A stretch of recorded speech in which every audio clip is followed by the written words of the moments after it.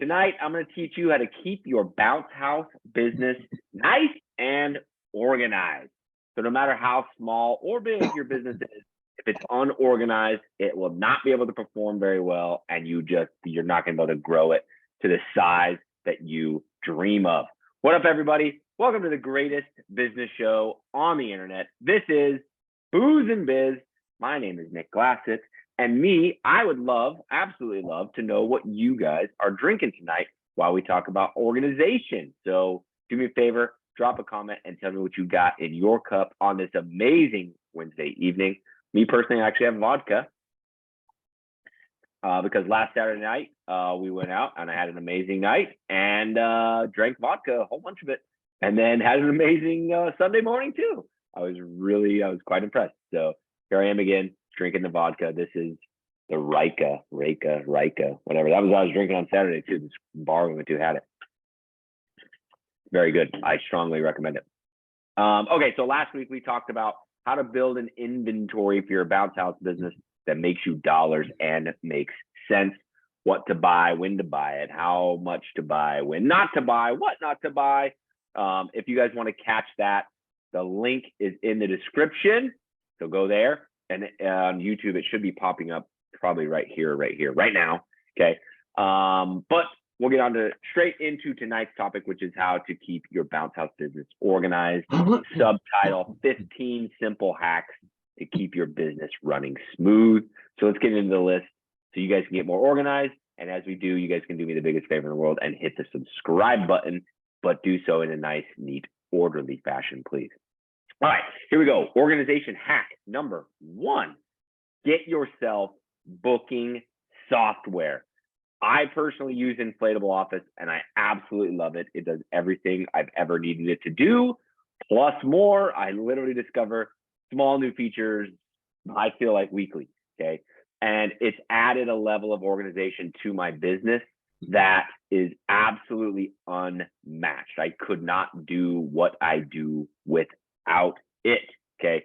And on top of that, it's also made so much more money that it's not even measurable. It's insane, okay? Now, there is other booking software out there, absolutely, okay? There is ERS, Event Rental Systems. There is BCN, Bouncy Castle Network, and then Inflatable Office, which is what I use. Those are kind of the big 3. There is some smaller fringe ones out there. There's some new emerging players. So it's going to be a complicated world, right? But your big 3 are Inflatable Office, ERS, and BCN. My suggestion is twofold, all right? My number 1 suggestion is just use Inflatable Office because it's awesome, okay? But my number 2 suggestion is go get a demo of all 3, check them out, kind of ask around, do your thing. They're all amazing. They all do amazing stuff. They all have perks. They all have limitations, I guess you would call it. But check out all 3. If you guys do want to sign up with Inflatable Office, I have an affiliate link that you can use. I will drop it in the comments and I will drop it in the description. So if you guys do want to use that, that would be awesome. But go check it out. If you guys have questions too, let me know. Okay. Some of the ways that Inflatable Office will keep the jump off organized. The large majority of our bookings come through and we don't have to do anything. They just go on the website, they book it all, they pay their deposit, they sign their contract electronically, and it's all good and it's all done. That's amazing. That saves me so much time and effort because back before I had software, obviously I was doing it all myself, and the amount of time I spent, driving down a road, writing on my little calendar, it was hectic. Okay. So a lot of bookings can be done without you. Okay. All your bookings are now in one place. All the information is there. Okay. You can go and with one click inside the booking, where the address is, it takes you out and shows you Google Maps. Okay. It auto calculates your mileage fee by the amount of driving that you have to do, not by a radius, right? Tracks your inventory availability, what's rented, what's available, what's not, what's damaged. You can put it into maintenance mode, okay? It's got a delivery planner. It's a map, a Google map, and then the times of all your events over here, and you can drag them in and create a nice little loop of delivery, or if you're busy, 4 loops of delivery, all right? The list of the ways that the booking software will change your life is almost never ending. We could do a whole entire show on it, okay? if you do want to check out Inflatable Office, just let me know. I'm also about to organize a website booking software website call. So that'll hopefully be next week. If you're interested in that, please just DM me. DM me somewhere and I'll get you the details on that. All right. But booking software is an absolute must if you want to win, period. Hands down, don't care. If you don't have booking software, I don't have a whole ton of tips for you on how to grow your business. That is the tip. All right. And Inflatable Office is $39 if you're under 10 units too. So if you're brand new, it's really cheap. Okay. On to organization hack number 2. Get yourself a QuickBooks account. Okay. If you don't know what QuickBooks is, it's basically accounting software. Okay. So what you do is you link the QuickBooks to your bank account and you link it to your booking software and your credit cards, and they all kind of talk to each other. And then basically every transaction that you do, every time you swipe, it goes into QuickBooks. It's categorized. You gotta do a little homework on the front end, but it's all categorized, and it can make you a nice little, not a spreadsheet, not a pie sheet, but like a graph, if you will, of your spending, and tells you your cash flow at a glance. It's very, very, very useful. Okay.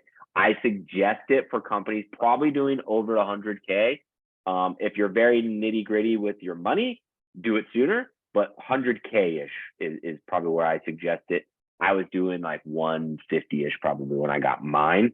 It just keeps you organized by knowing where you spend money and what you're spending on. You're not chasing down receipts, missing expenses that you can write off.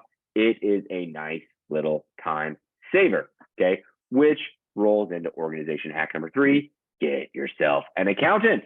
All you do is you create them a login on your QuickBooks, boom, and you're kind of done. Okay. From this point, they balance everything. They keep an eye on it all. And then at your request, you can get, they can make you a P&L sheet, which stands for profit and loss. But that way you can see the overall health of the business, where your expenses went, how much you spent on payroll, what's your payroll percent, all sorts of fun accounting things. Okay. This person may do your taxes too, which makes it even simpler if they have all the info right there in the QuickBooks. Like, it's all kind of just goes together. Once you're doing 100K in revenue at your bounce house business, 100% look for an accountant. You're probably going to want to do it before that, because once you have a business generating income, taxes get kind of complicated. Okay. So if you're good on the QuickBooks side, maybe you don't need one right away, but get an accountant pretty freaking soon, because you need a real pro that can do your taxes and know the ins and outs of your business. I'm a big fan of accountants. Just do some vetting. The first one I hired was awful and I had to fire her. And now I've got a new one and he's great. Organization hack number 4, spreadsheets. Use spreadsheets. Oh yes, my beloved spreadsheets. I really, really do love me some spreadsheets, and I use multiple workbooks daily. I've closed them. I usually have like 5 open on any given day. The main one, and this is like the oldest a habit I guess you could have, but my main one is I use a spreadsheet to track my sales versus last year.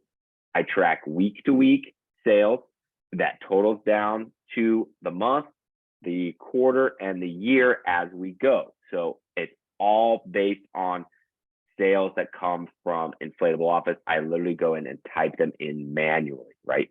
Why would I do that? Because this spreadsheet is the single thing that guides my decision making the most. Okay. Should I buy more units? Well, am I making weeks or am I missing weeks? Okay. Should I hire more guys?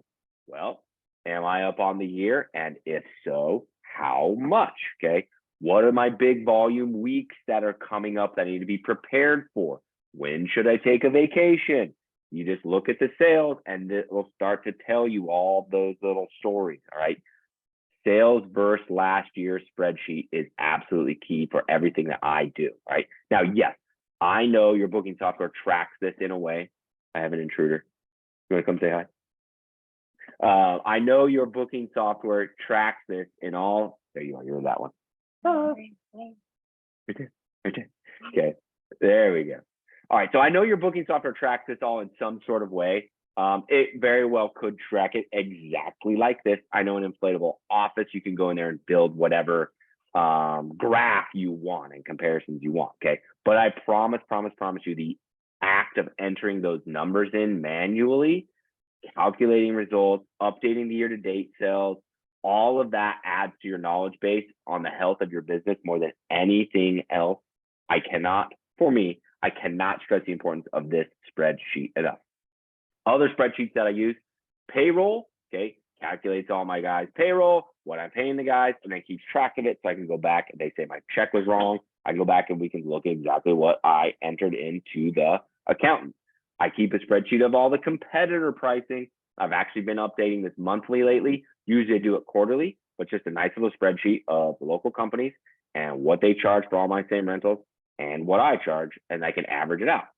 I use Google Sheets. I have a very elaborate drop schedule on Google Sheets that is a calendar, a list, if you will, of all the things we're dropping on a day, all the times that it's getting dropped, all their name, their address, everything, okay? It's like a living document that gets updated weekly, all right? Now, my office manager, Kathy, does it all. So it's already changed from the example. I'm gonna actually drop a link so you guys can check it out. I'm gonna do that right now.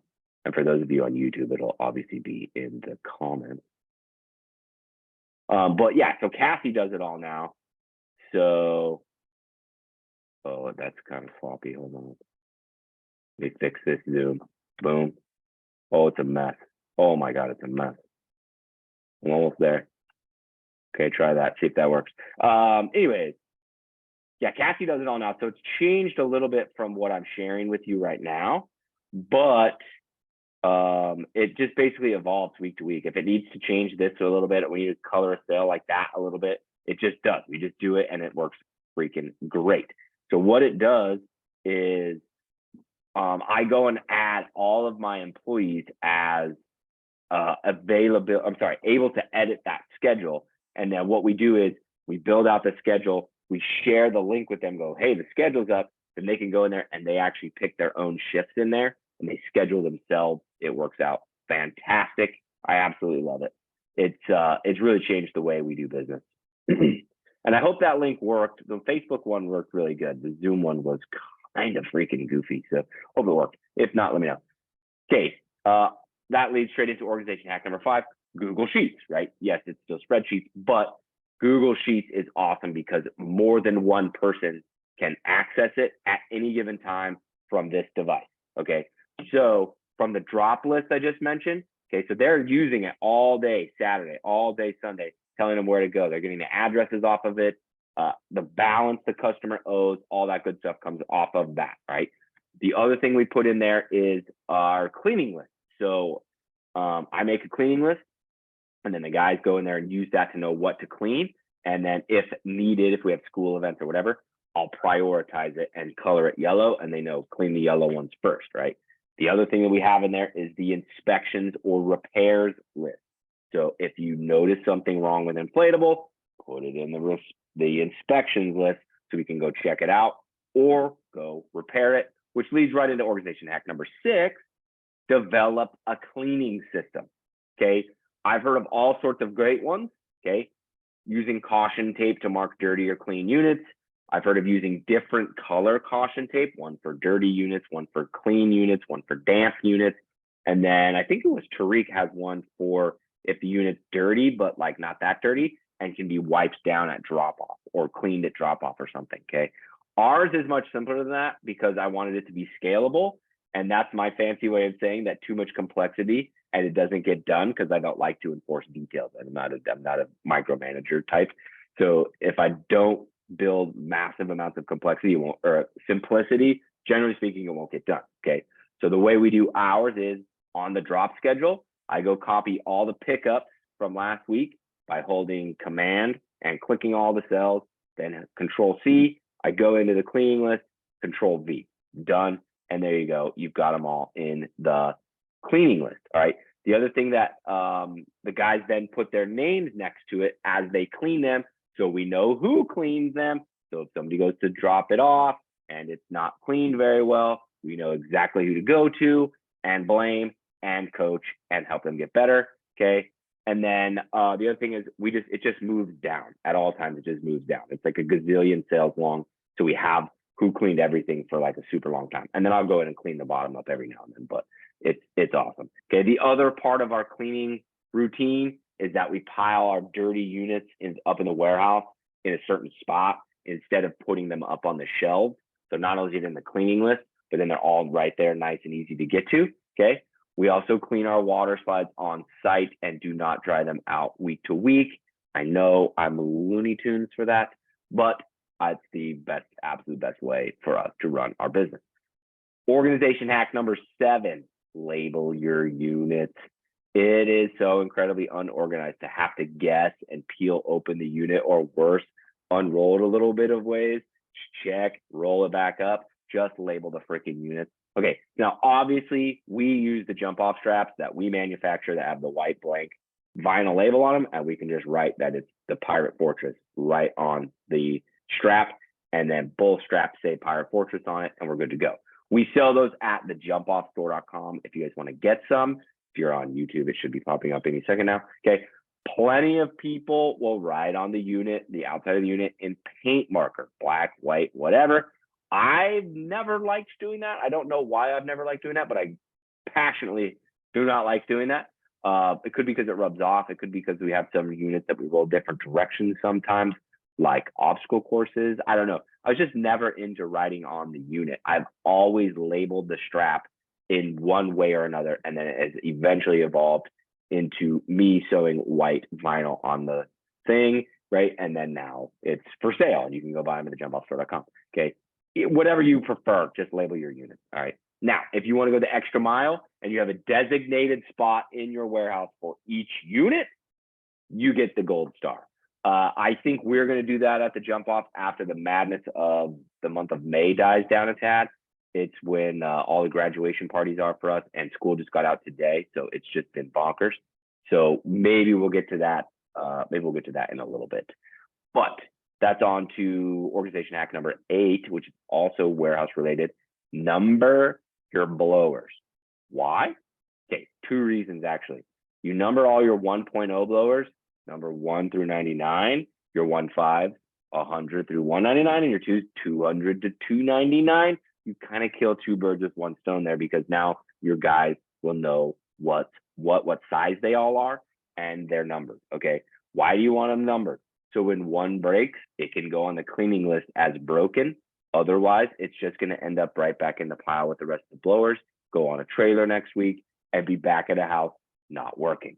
Okay, if you don't have a system for blowers, the broken ones just stay in rotation forever. So just number them.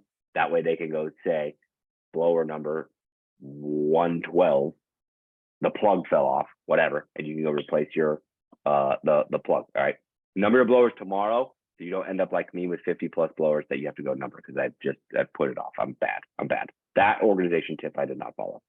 Organization hack number 9, have a repair and inspection list. Okay, you need to fix it before next week, and you need a record of what you fixed. You also eventually will have a bunch of employees, and here's what's going to happen. They're going to see that it's broken, and they're never going to tell you. Then when you see it 2 weeks later, you'll be like, what the fuck happened to this? And they'll tell you, oh yeah, I found that 3 weeks ago, and I tied it together with the shoelaces of my left shoe for the last 2 weeks. It's going to happen. Okay. However, it is your fault for not having a repair list for them to use. Give them a place to report it. Organization hack number 10, paper and pencil. Nothing, and I mean nothing, is going to be better than good old analog mechanical pencil for your life. I absolutely love it. All right. I have a list written in pencil, literally daily. Okay. And what I don't finish on this list goes on to tomorrow. So you just see in list after list after list. Sometimes I write stories, but list after list after list. Okay. So then what didn't get finished today gets transferred to tomorrow until it gets done. The beauty of this system is that in the writing of it, it puts it on a place on paper so it can get out of your brain, so you don't have to remember it. Brains are for ideas. Brains are not for remembering. That's why we're so bad at remembering shit. Okay, write it down, get it off your brain. The other beautiful thing about writing it down is that it can sit in front of you all day. So If you ever start to get distracted and start to scroll, you have a place where all the stuff you're supposed to be doing is. Just look at the page. All the stuff that you need to be doing is right there. Lastly, it gives you a place to write everything that comes your way, so you never miss detail, right? I always have this. My employees call it the Nick Bible. I always have this with me everywhere I go, and there's this pencil is attached to it. So that way, if somebody calls, I can start jotting things down. That's what this is. School today needed more foam. We had all sorts of stuff going on. I've got a place to write it all down. It's absolutely amazing. All right. Organization hack number 11. Use the iPhone reminders app. Why would you use the iPhone reminders app if you have the journal, Nick? Because I can talk to this one. I just tell Siri to remind me of things, and it pops right on the list. And then boom, I go in. So what I'll do is I go in and empty this list out onto this list, and then cross them off as I write them down on this list. Okay. So every day I wake up at 5 a.m. I make a cup of coffee and I empty this list onto this list. All right. It's tech and it's analog. It's married together in ultimate productivity. And it's a beautiful, beautiful thing. Organization hack number 12, automated messages. That might be the wrong way to say that. But in Event Hawk and then in text replacement. So everybody knows that Event Hawk has templates, I think. And they work great. I go and change them all. I don't like the ones that are already in there. They may work for you. They do not work for us. Okay. But I think everybody knows about that. Okay. So, but what I want to teach you is in the iPhone, if you go under settings, under keyboard, there's a little thing called text replacement, and you can type out huge complex messages and then give it one quick little shortcut. Okay. I have like 20 or 30 of these. So if I ever need to drop my website link, I just type TJO URL, all one word, and hit the space bar, and boom, it's a jumpoff.com autofill. My Event Hawk affiliate link, EHAFF, boom, it autofills. Okay. What about the elaborate text message that I sent to clients that drop off for their drop off and their pickup times?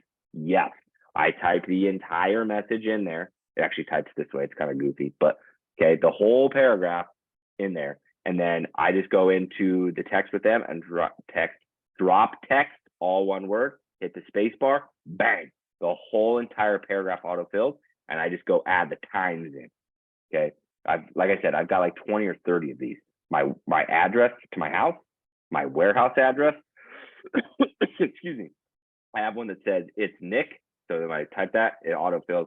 Hi, this is Nick. I'm the owner of the Jump Off Bounce House Rental. I don't ever have to type for that. Okay. It makes me more organized, yes, but it also lets me do more because I'm not freaking bogged down by typing the same shit over and over and over and over. Text replacement has absolutely changed my life. It's amazing. My whole thing is full. Go freaking do all of it. It's amazing. Okay. Finally, organization hack number 13, use a damn calendar. I use my inflatable office calendar like 200 times a day. I love my iPhone calendar because, again, I can just talk to it and add my stuff in there, right? I love making it alert me a day before and then 5 minutes before, 30 minutes before, whatever's relevant.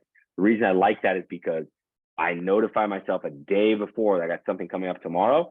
I can then put it where it needs to go, and then it will be on top of mine tomorrow because I put it where it needs to live. Okay. I used a paper calendar at my old job for years and absolutely freaking loved it. I jumped to the iPhone calendar when I had too many bounce houses to book clients on paper anymore before I had inflatable office. And then after that, I never really went back to a paper calendar. I always stuck with the iPhone calendar after that. Okay. I had, but get yourself a freaking calendar of some sort and use it a lot because it'll help keep you so organized. Speaking of keeping organized, so I had this old boss that like taught me all this stuff basically. Okay. Taught me a whole bunch of stuff on the organization front. And while working under him, I learned that the organization piece here that we're talking about is really the unlock for me to be able to put up some great results and to grow my people. It really keeps my focus where it needs to be, not wondering what I need to be focused on, if that makes sense. Okay. So the saying that this old boss taught me was plan your work, then work your plan. and it works incredibly well. Okay, so there we go. 13 simple hacks to better organize your bounce house business. Get booking software, get QuickBooks, get an accountant, use spreadsheets, use Google Sheets, have a cleaning system, label your units, number your blowers, have a repair and inspection list, use paper and pencil, use the reminders app, text replacement. I wish I would have made a bigger emphasis on that one, because that one's probably the one that's going to change most people's lives. Text replacement in the iPhone. And finally, use a calendar. Vodka. All right, so I tried to go some big picture stuff there, and I tried to go some kind of off the wall stuff there, like some stuff you guys wouldn't think of. So I hope I brought some value to you guys there. I think we're gonna have a lot of fun with this topic tonight, because I think a lot of people are gonna learn stuff, and a lot of people are gonna have stuff that nobody ever thought of. So that being said, Mark, did you want to add any or react to anything I said? I know you're a paper and pencil guy too. No, I don't want to add nothing, but I'm pretty sure, like me and you discussed, I think we're gonna, can everybody hear me first of all? Yeah, we're good. Okay. I think we're gonna hear that a lot of people have different ways of doing things. You know, just actually going down the list of simple things like labeling the units. People may have different ideas of the way they label. You got the straps. I'm still a paint pen person, writing on the back of them. Other people have signs above where they sit in their warehouse or their shop. You know, so people are going to have different opinions there. Numbering your blowers. I think the way you explained it is good for someone who has that many blowers. You know, when you might only have 40 unit company, you're not going to have 100 blowers. You know, you might have 21.5, 22s, 21s, what have you. You know, for me, I just write the number horsepower on every motor. The different thing I do, if they break down, I immediately they go off to the side. If something's broken, they immediately get out of the complete warehouse area. They go into another area. So that's a little difference with me. Inspection and repair, I think everybody's pretty similar with that. Some of you guys probably may have some better ideas. I'd like to hear them too. You know, I don't use iPhone. I'm an Android old guy right here still. So they may have stuff in here, but hell, I don't even know how to use this phone. You know, I think that you really hit everything on here. The calendar. Yeah, I have a calendar every day. I'm looking at it right here. Every day, it's right within 3 feet of me. I look at it every day. There's stuff written on that calendar. Sometimes I look at it, I'm going, what day is it? Because I can't see it. You know, the calendar is a big thing to just keep track of stuff. Don't ask me why, but it is. I'm old school. Sometimes old school works a lot better than new school stuff. You know, so the automated messages and reminders, yeah, that would be good if you have that kind of system to be able to use it. If you don't, a lot of people that are newbies are probably sitting there going, well, I really don't know what the hell that is, and how do I do that? So it's kind of hard to understand, but I would like to hear what people have or what people do that with their blowers. How do they mark their blowers? How do they keep them, you know, separated? I know there was a company in Fort Myers. I think it was Dale something. He actually bought 1 horsepower. They were 1 colored blowers. Then he bought 1.5 horse blowers from a different company that was a completely different colored blower. And then he bought 2 horse from another company that was completely different. So they couldn't mix up. They knew, like, let's say 1 horse would be red, 2 horse was green, and 1.5 horse was orange. So they knew what it was. So see, a lot of people have different ways of doing things. So I'd love to, you know, hear how that's done. The only other thing that you didn't touch up on, and I don't know if this would fall in this category, but you know, storing of our units. You know, how do we store them? How do we protect them? Do we, Do we have them in a shop? Do we have them in an open barn stall that just covered with tarps? You know, how do we protect our investment? Or, you know, and that's a big part of the business, is protecting our stock. You know, how do we take care of it? Or some people store in garage. I know there's some people, they put 34 units, they're right out in the yard and they don't cover them and they don't put tarps on them. You know, so I think that's a big thing that we all should listen to what each other maybe does or doesn't do and learn from that. And pretty much, no, I don't have nothing else to add, but I would like to hear what, you know, other people have to say, you know, how they do things according to this, and ask questions if you don't remember what he all said. For sure. Yeah. Freddie, you got your hand up, man. What up? So yeah, what Mark was saying, how I do what he was saying. All my blowers are per size. Like my 1 horsepowers are the really small ones. The RDL I think makes them, and Cyclone has small size blowers for 1 horsepower. And then all my 2 horsepower are HW, the black and yellow ones.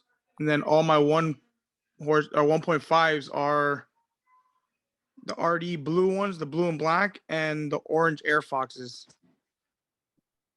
So yeah, that's a good idea. I've had that issue many times where we grab the wrong blowers and you're stuck. Like, what do? You got to go all the way back and just ride with it.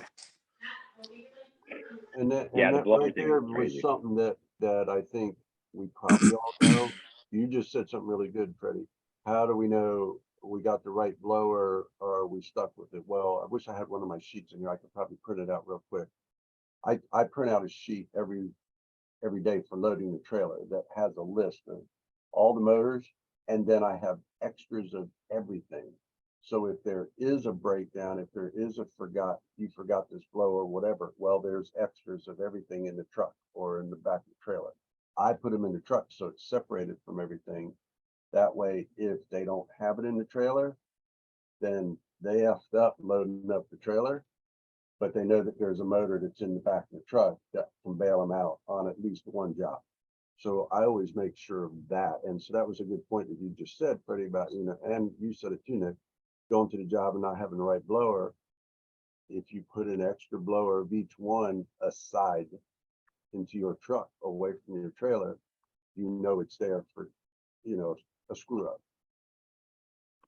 Yeah, I do on the drop schedule that I shared with you guys. If you click the link, it'll pull up and it says what has a column for what unit's getting delivered, and then next to it I go and I put what size blower needs to go with it. But I don't have we just write on top 1.5, 1.0, whatever. Like I don't have, but I think the different brand thing is cool. What else do you guys do that are to keep you guys organized? Nobody's got any organization tips. I thought this was going to be like the loudest episode we ever did. So back to the blowers and stuff. So we run all BA right now. I know we get a lot of flack because this is junk. We're actually working on getting new supplies right now, but we have probably about 35 of them, 40 or so. And we got the 1.0s, 1.5s, and 2.0s. The 1.0s are yellow around the outlet or the plugs. The 1.5s are red, and then the 2.0s, some of them have the yellow around it, and then some just don't have them at all. But we mark them all with Sharpie with our name on them, and then they all have what size blower they are on them. And then what we do that's a little bit different than, I'm not sure how many people do, but on the front where the blower connects onto the tube of the blower or the inflatable, we actually mark the purchase year of the blower on there. And so it's able to track what year and how old they are. And so it helps us when we're grabbing it. If we see that it's a 2015 blower, then it's probably not going to have as good an output as, say, a 22 blower, right? The other thing we do too is in terms of for repairs, we have repair tags. And so they're really just a tag with a wire on it or a zip tie. And basically they'll write the date that the issue happened on it and then the problem with it. And then they'll tie it onto the piece of equipment, and then they'll let either me or someone else know that there's an issue and that needs to be resolved. So for example, I had a generator go out the other day where it'll start, but it won't actually produce electricity. So they repair tagged it for that. So that's how we know there's something wrong with it. That's cool. That's Yeah. a really good idea. Yeah, the tagging thing is super cool. I've always liked the tag it idea for whatever reason. Like it's a me problem, not my employees, right? Because they'll do whatever I need to make them do. But I've been so bad at the tagging of dirty units or clean units or damaged units or whatever. It just doesn't work for me. I don't know why. And with the tagging, what I do with inflatables. So like this past was Saturday, I had 15 units out on Saturday. To me, that's a lot. You know, I don't really need to do 30 units in a day, but I'm really not interested in that. But you got water slides coming back wet. You got basketball games that you set up on super wet grass because it was early in the morning, so they're damp. You got bounce houses that have grass, dirt, whatever inside it. So you got right there 3 different things. And what I do is, as every one of us know, when we buy an inflatable, we get a little package of patches. 9 times out of 10, we just put them patches into a box and keep putting them in a box, and more. Next thing you know, you got 5 million of them. And what I do is I cut strips. If it's a wet unit, it's a yellow strip and it's written wet on it. If it's a dirty unit, it's brown and it's written dirty on it. If it's a damp unit, it's a red strip of vinyl, just a vinyl patch. And I just tuck it in the strap of the inflatable. So wherever it's sitting, we look and see a red. Okay, that's a damp unit. It's just got to go up and sit up for an hour. Okay, this one's a yellow one. This is a soaking wet water slide. We got to clean it, wash it. It's got a 4-hour time sitting out in the sun. So that's how I label it, which goes along with, I think it was Ryan just talked about labeling things with the zip tie. Super good idea. Anybody that's got anything that needs to have something done to it, you need to make up a labeling system that works for you. Just because those type of labeling things for me work, it might not work for Freddie. It might not work for Derek, or or somebody else may have a better idea of how to do it. So that's why I think this is going to be a good topic tonight, because everybody's going to have different ideas, or we may all have combined with the same ideas, or just do it in a different manner. But it's good to discuss this, because then we all, or those that don't know what to do or just have an idea, you're learning, okay, these 2 guys are doing it with this, and this guy's doing it with this, and I think it's going to be just as easy for me to do it this way. So I think this is going to be a pretty learning experience with hearing everybody's different opinions of how you do stuff. But if we also have a meeting where nobody's talking about what they do, it's going to be hard for us to discuss it and to learn. I mean, I'm not going to sit here and ramble about it all night, but I would like to hear other people and maybe iterate something into it with you. Hey, So I would like to learn from other people. hey, Yeah. Ryan, what was the reason you're doing the dates on your blowers? So my reasoning is that as they get older, I expect them to not put as much output. Now that could just be me, but I run B-air blowers, and most of mine are from 2014 through 2020, or the years I really have. In 2014, 2015 was a big year where we just bought a crap ton of 1.5 blowers, and we kind of started getting rid of our 1.0s, and now we're wishing I had more 1.0s. But anyways, I got rid of a bunch of them, and it's just a way to track how many we purchased that year. And then it's like, if it goes down, we know it's 2014 versus 2015. But for some reason, they seem to be more powerful than newer. I mean, the newer they are, they typically are a little bit more powerful in my mind. The other thing too is, I don't exactly know how much this is allowed, I guess, but what we do is on B-air blowers, they have the grate that's where like the air comes out. It fills up with lint all the freaking time. And so if you get the older blowers like that are 2014, 2015, especially if you run them inside gyms or, you know, you run them, they'll get a bunch of lint caked into that grate. And what I do is, because you have your blower tube on there, it's protected, so you're not gonna get fingers in it. I just rip those grates out, and I'm talking about on where the air comes out, not where the air intake is. Rip that out, and your blower will go from like not putting out anything to like a pretty good. It'll go up to a newer blower level. So that could be an issue too, where it's like the older ones seem like they suck, but it's actually because the grate's full. I guess that makes sense. I've never seen that before. No, Like that's a good thing, Nick, because a lot of times grass gets in there and it'll build up, even if it's just, okay, here we're using paper, even if it's just like in the corners of that opening, you literally, it's like putting your strap of your tube that you're tying to the motor and letting that get sucked into the side of the motor, and then pull that strap off, and you could hear the motor like go from like and it gets harder. Well, just that little bit of brass in that wire, I pull them out too if I can. You take that out and it's amazing. You can hear the output is stronger. But the other thing that Ryan didn't say, which he might also know, as the blowers get older, the blades of the fans are like the ceiling fans in our house. They get shit caked on them. Shit starts caking on them. It'll still blow. It'll still blow hard. It'll still blow up your inflatable. But if you took that off and put a new one with nothing on them fan blades, it'll blow much harder. So there's a whole bunch of I have not found a way to clean them fan blades.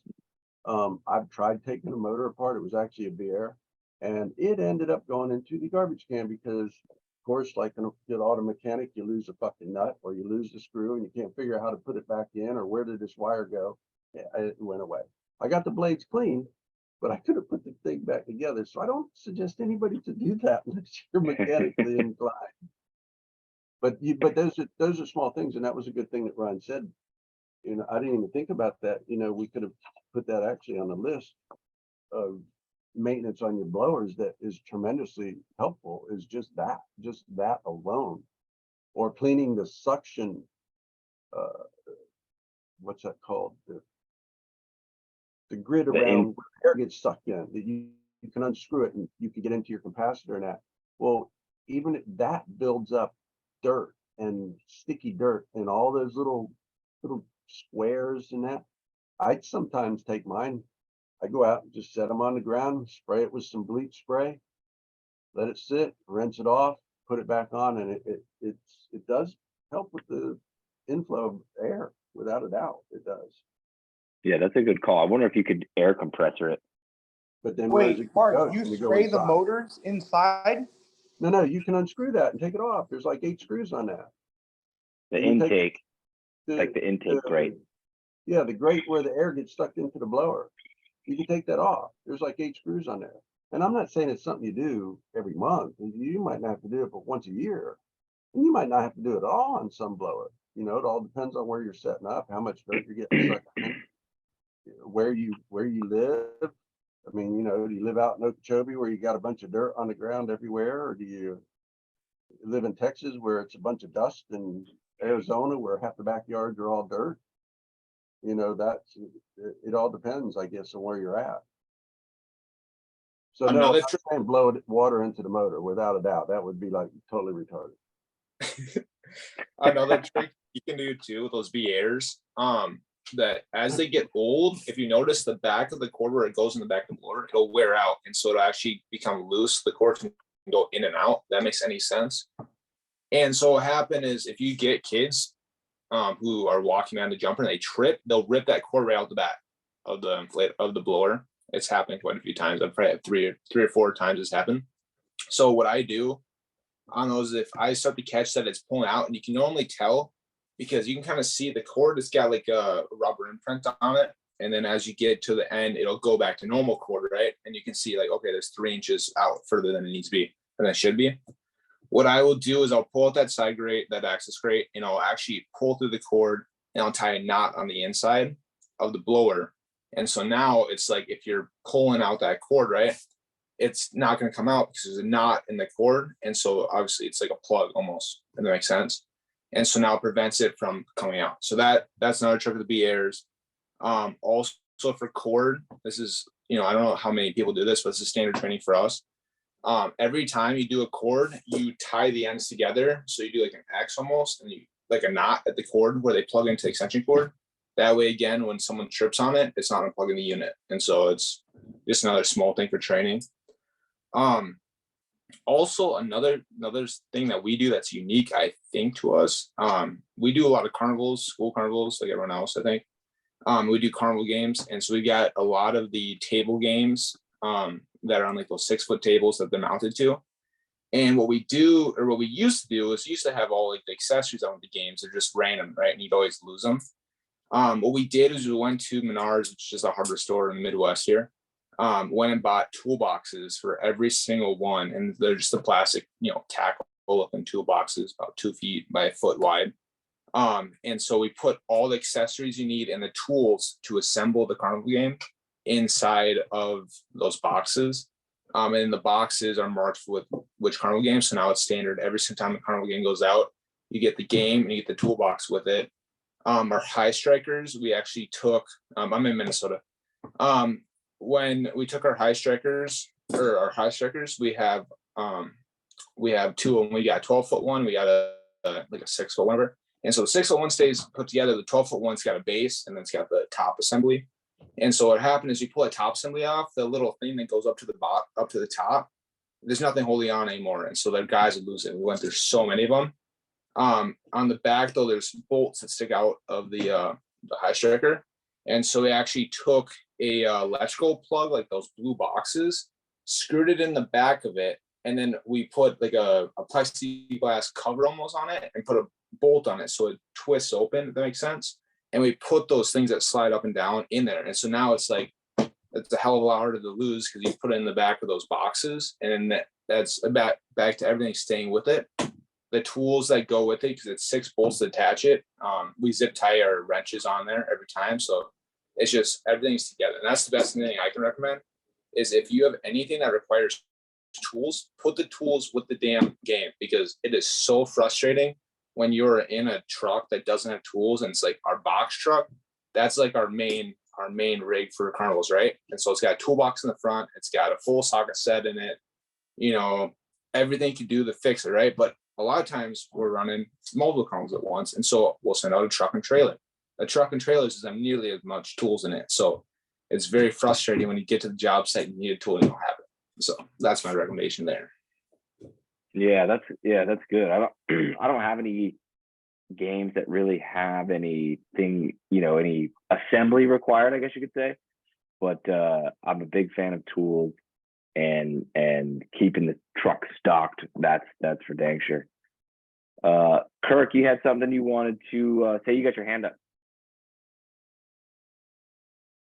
Yeah, that's a bit unrelated, but I just have some questions about I got a couple combos, but I haven't used them wet yet. So what should I expect my first pickup, from a wet unit? From a wet unit, it'll be wet and a little bit heavier. But yeah, nothing too crazy. Where we get ourselves into the messy stuff is the mud. Okay. So like I don't think it was last week, it was the week before, and it was actually a dry unit, believe it or not, but it rained. There was like small chance of rain, and then it was like this huge thunderstorm that came through and hit like kind of just our area, but we got like 3 inches of rain. And so the ground is just super saturated. And the lady said that the guys had put the bounce house kind of far forward on the tarp so that the kids were running in the mud. And so, but a wet dry combo, you're going to have the ground saturated and you're going to get some mud kind of coming up in your life. You know what I mean? But other than that, I don't think there's too much craziness. Somebody leaves the hose on and floods a combo. Like it's not, it sucks, but it's not like that bad. Not like a tall water slide would be. Okay, so that's about the worst part, is the unit being flooded possibly. Yeah, but that's fairly rare. Okay. Okay. Like I operated probably a year and a half or so. Shit, it might have been 2 years, but I really think yeah, it was probably like a year and a half before I had one ever have that. Okay. Like we showed up and the hose was still on. We showed up to pick it up, late morning, and the hose was still on from last night. Damn. Yeah, dude, it was a nightmare. But with a combo though, it's kind of like, they're small enough units where it's not that big of a deal. So most of them, the water shouldn't be getting inside of where the bouncer is at, though, right? It depends on the unit. Like our easy, we have 2 new easy combos that the sprinkler system for the slide is so far away from the bounce house. It's incredible. I don't know why every other company isn't made like this. Like the way the net comes down and then it's on the other side of the net, so that like nothing gets in the bounce house. Okay. We But the have inside of your another bouncer will one. get, the inside of your bouncer will get wet from the kids. If Right, but Yeah. I'm saying, about that. like, it shouldn't be a lot of water, though, right? Like, Well, I won't say it's gonna be a lot of water, but the kids are gonna transfer water in there from their bathing suits. But Right. again, it's gonna depend on where your water's spraying on that slide. If your water is spraying directly at, I call it the hump on the sitting platform, and it's hitting that, it's just gonna be splattering on both sides. So, it's all gonna depend on how far, as long as your water is dripping in front of the hump where like their legs sit, yeah. water is gonna go downward. Okay. Yeah, but there will be water in your bounce house from the kids' bathing suits. I mean, that's just gonna happen, Okay. It should not be, if it's soaking, somebody put a water hose in there, to make the bounce house funny, but I think as Yeah, long as the right. water's, I think as long as the water's spraying over and in front of the hump where your legs are sitting on the top, it should not go to the back. It should not at all. Yeah, not but a big thing. But it won't flood the inside of it, like below where the kids jump. It won't flood your bounce house because you've got air coming out of all of those holes. So it's really not an issue unless they keep the hose running while it's deflated. Mhm. Okay. Cool. Thank you. Yeah, you bet. Somebody, let's say Robert Salazar asked a whole series, what looks like of Tarp questions here. So how/where do you guys store Tarp? That is a great question. I wish I had a way. If you go, I actually posted a video today. I posted our unboxing video of the foam cannon, the Foam Daddy HD stacker. And in the background, a lot of the time in the video is where we keep our tarps. So it's pretty simple. So I went and bought a compost. No, I didn't go anywhere. I bought it off Amazon. It's a little metal thing for a compost pile, and it's like the sides are a foot high, maybe 18 inches high. It's made of like cheap sheet metal. I bought 2 because I was gonna make 2 compost piles, and then I only had enough compost to fill one. So the other one sat right over there for like a year and a half, and finally I'm like, I'm gonna use this for tarp. And so I took that to the warehouse, built it, and now the tarps just sit upright like this, all next to each other in that little compost bin thing. And it's great. They do drain water onto the floor, so like I put it in a specific spot, so the water draining out onto the floor is not an issue. But yeah, that's how we store ours. We store them all upright like that, so the water will run out of them, and they're all nice and neat. From dirty to clean. I don't clean our tarps. Do I clean the bottom? No. Do you clean the top? Not really. We do that at pickup though. I have a YouTube video on that of how. So we do clean the tarps. So we clean them at pickup. We don't clean them at the shop. It takes like a half hour to clean the tarp, and you like get nothing out of it. It's terrible. So I figured out a way to do it on site. But only the top. We never ever clean the bottom, and the bottom is always the bottom. Our tarps not that important. Tarps are important to me because it's so muddy here. It's so muddy here, and it's going to rain at a moment's notice. It never rained where I was today. I could hear massive amounts of thunder and lightning at 2 different times of the day in 2 different areas of where I was, and I was delivering some units today, so I was kind of out and about. But it never rained on me, but it sounded like it was going to it rained 4 inches on me. So like, it just depends if that hits you. It's over. The world is mud in that spot in Louisiana. And then obviously you're renting out water units, water slides, water and wet combos. That yard is a mess. So for me, tarps are an absolute must. Cannot set up a wet unit without a tarp. If you're in a rockier area, if you're in Denver or something, you know, where it's hard ground, or Arizona. Now Arizona you don't need tarps, but there's a lot of places where I if I ran a rental business there, I would not tarp the way I tarp here.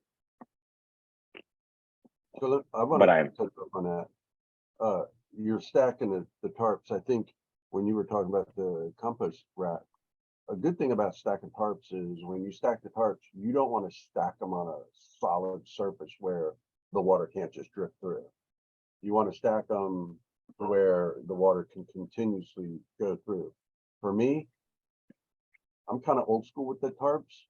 I take 2 cinder blocks wide. What's that? About 16, 24 to 36 inches, something like that. Whatever two cinder blocks are wide, by like 8 sideways. So I got like maybe 16 cinder blocks.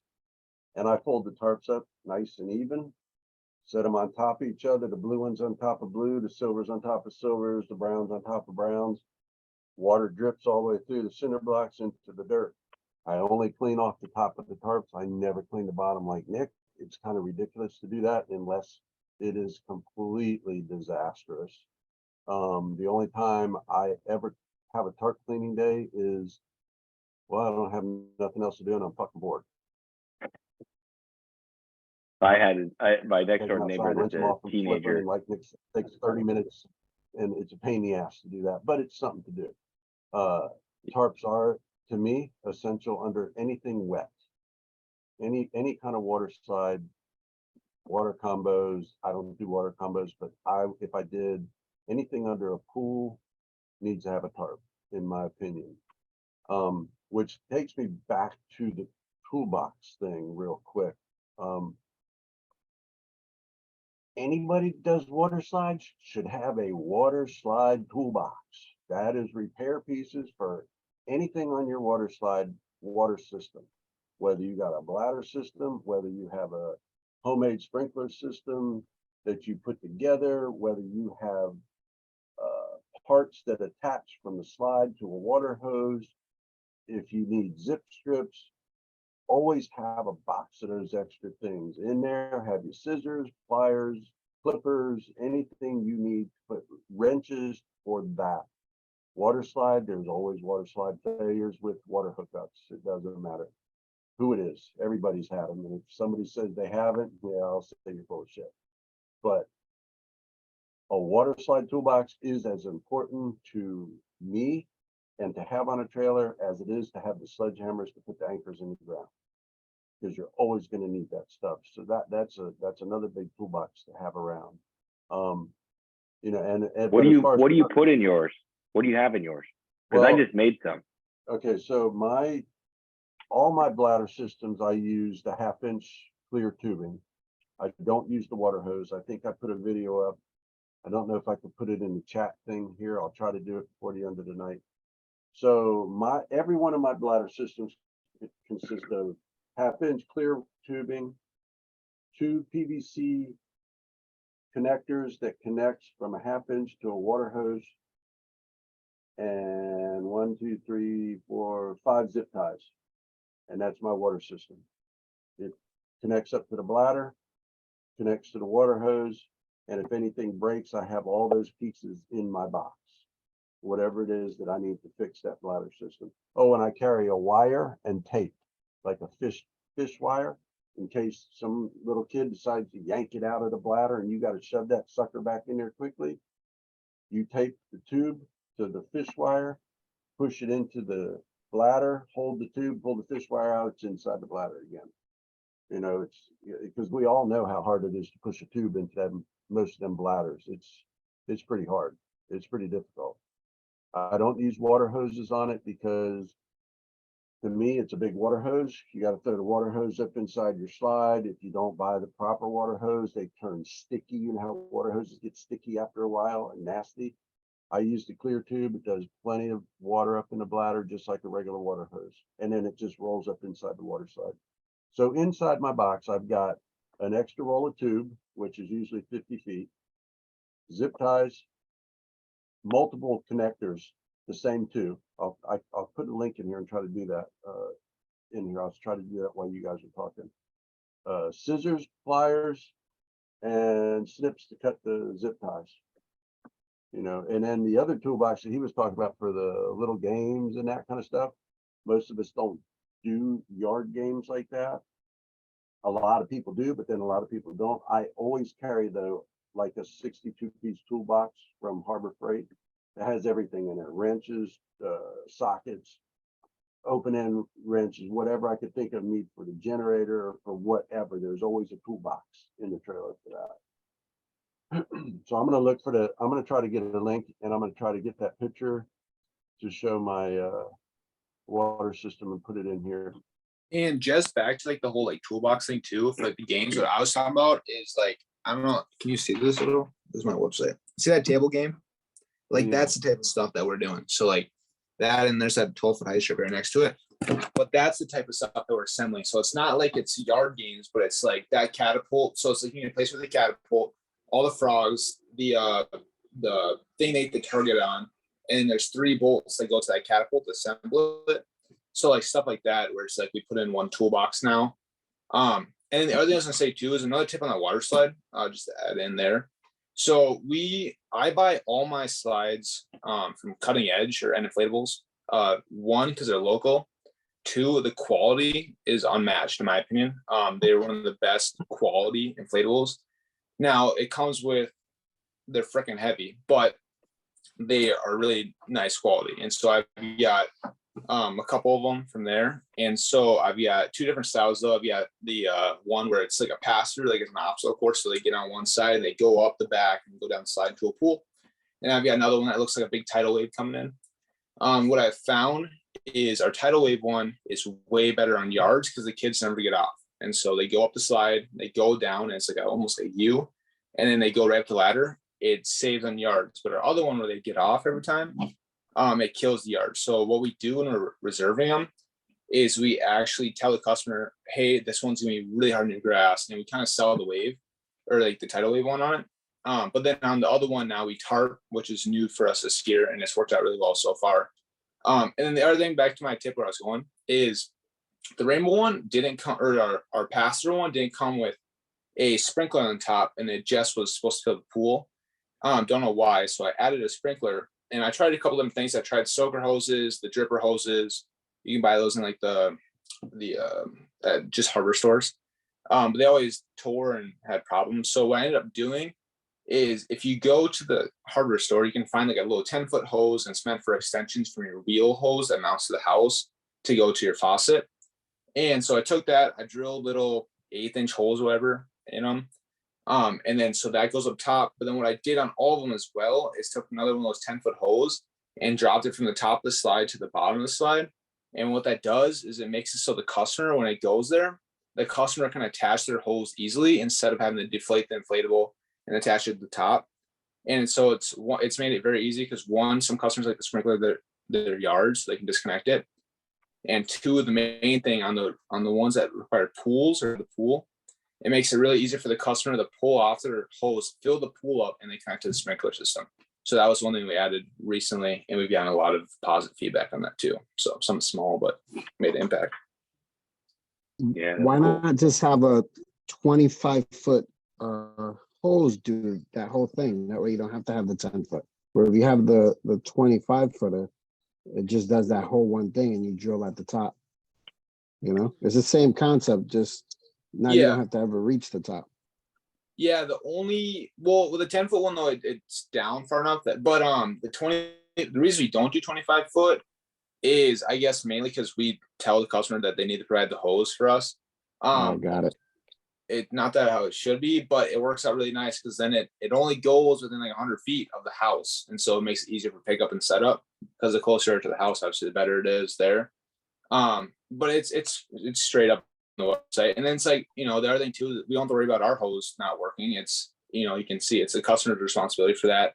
We don't have to worry about connecting to the house because half the time their hose is like welded on to the freaking house and you can't get it out. So that's the only reason we do it that. And I'm not saying it's the right way or the wrong way. I think it's the same thing either way, but definitely getting it down to where it's like at least chest height in terms of where you connect it was definitely something that we added recently, and it's worked out really good. And got a lot of compliments on that from customers who rented it, like the year before and the year after. I think that also depends on where you live, because where I have big properties and everyone isn't really close to their house. So all my big slides have 100-foot hose. My combos have anywhere from 25 to 50 feet hose.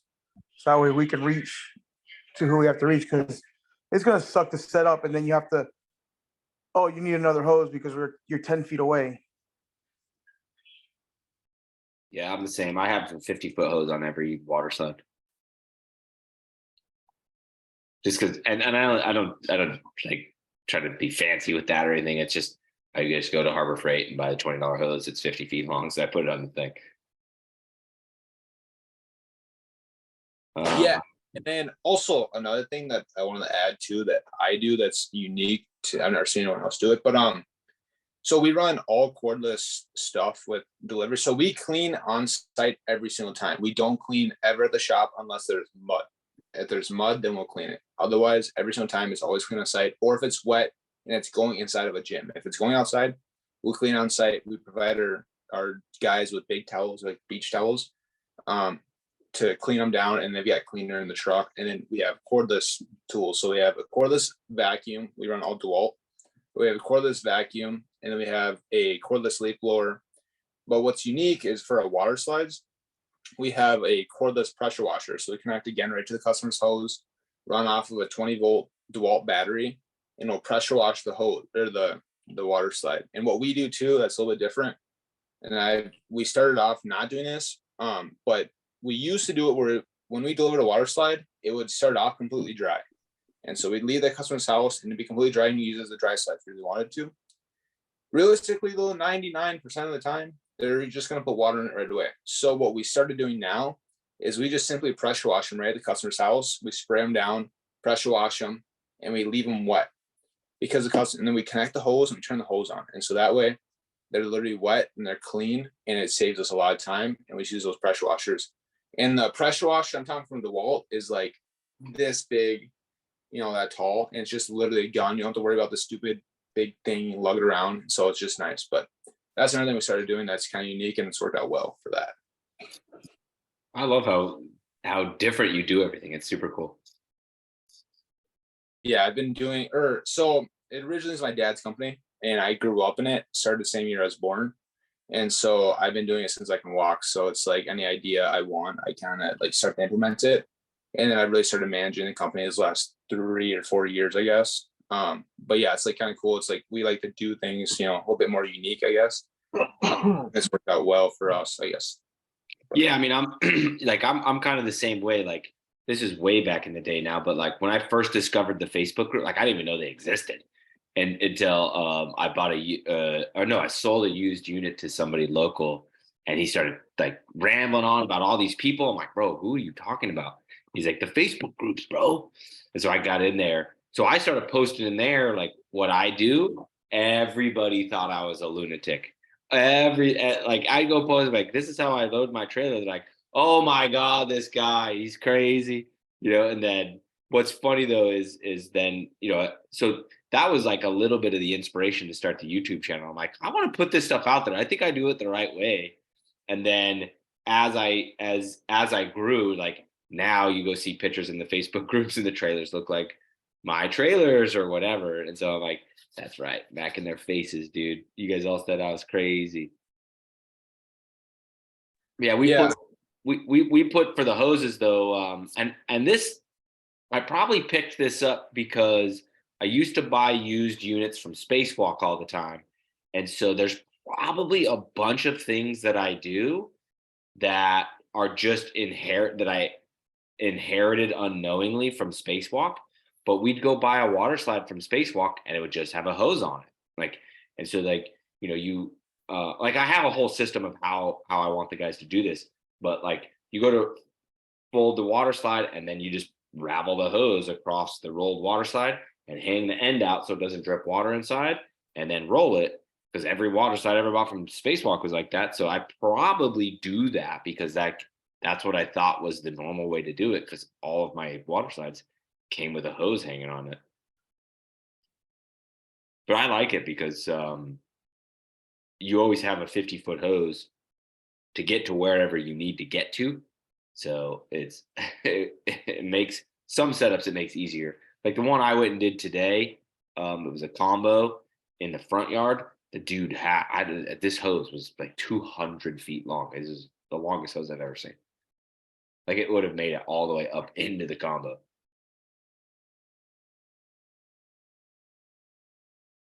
I put, oh yeah. I put a picture of how I do the tarps. I don't know if it's good though. Let me see. Let me see if I can share my screen and show this, because it's going to be a little goofy because it's like from a middle of paused YouTube video. There you go.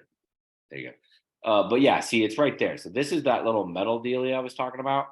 And like there's some towels because the guys were cleaning that morning. So there's some towels chilling on it. But it's like the tarps are all rolled and then they're just lined up in this little thing, this little compost thing. And then there's a spot where you can see before we put that box over there, like how the water kind of drips out. There we go. See, so the low spot is right here. So like all the water that is in any of these tarps always drips out to here. And so now that it's like full-blown water slide season and we're cranking, this fills up. And so like I have like a ground squeegee. I'll just squeegee it around the corner. And then this blower, I'll just set right there. We actually keep our sandbags right there right now. But then I'll just blow a blower right here to keep it kind of spread out so it dries and doesn't get anywhere. But that's worked pretty freaking well for us. I wanted to Mark made a good point where if you store this rolled up sitting on the concrete, you know, it kind of like clogs the bottom of that roll. I wanted to put pallets in there, but these walls are so low that I couldn't do it. And so then we just started storing them like this, and it's worked pretty well. Like you go pick one up, like it will drip because it is on the solid ground. I used to have a better system back when we were in a storage unit, but it is what it is. When you're in a warehouse, it's fucking hard to figure out what to do with tarps. But anyway, that's how we do our tarps. And if you guys want, if you're interested in Foam Daddy, go watch that video. We unboxed the HD stacker. I had no idea what was in any of the boxes. Yeah, I think the video kind of turned out funny. I don't know. I thought it was funny when I was editing it, but. All right, cool. What other questions you guys got? What else do you guys want to discuss? Would love to hear some other organization things that you guys do or don't do. I had a question with the tarps though. Yeah, what's up? So we have an event coming up where it's 6 or 7 water units at the same spot.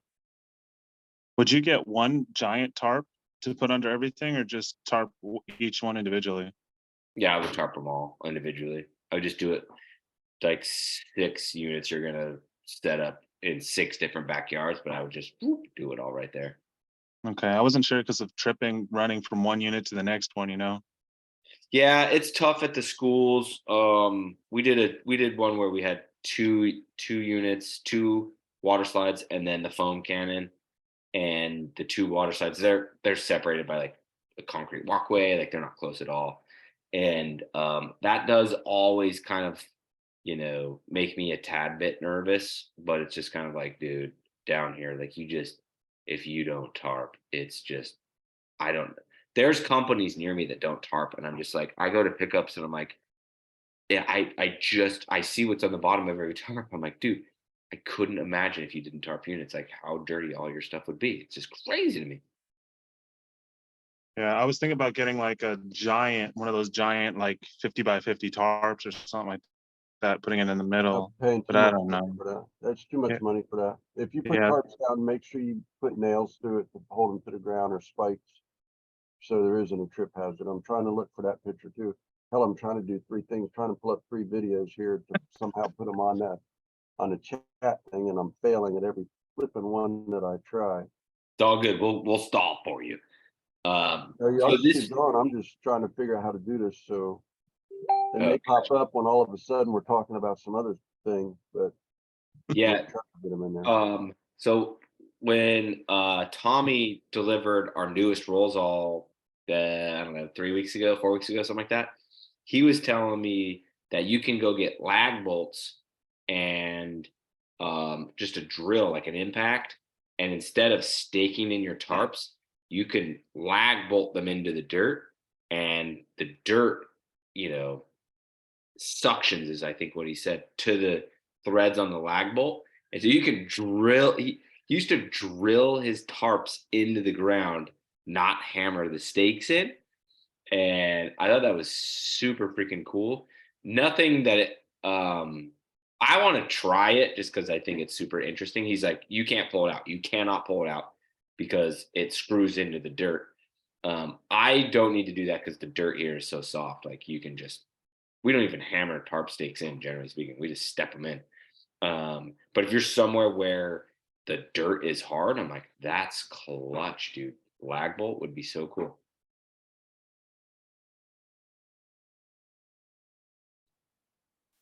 Storing shares. Tara asked about storing shares.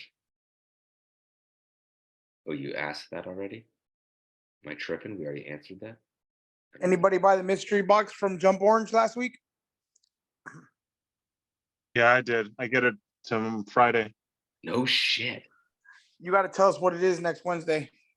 Okay. Yeah. You got to I'll show do us it. pictures and everything. Yeah, how Yeah, I much? saw one person got one online and they got a Cali Palms slide. Huh. The Cali Yeah, Palm. there were some pretty big surprises. I'm Is not it going to say like, what they are. I know what they are, but there's some pretty big valuable prizes that were given out.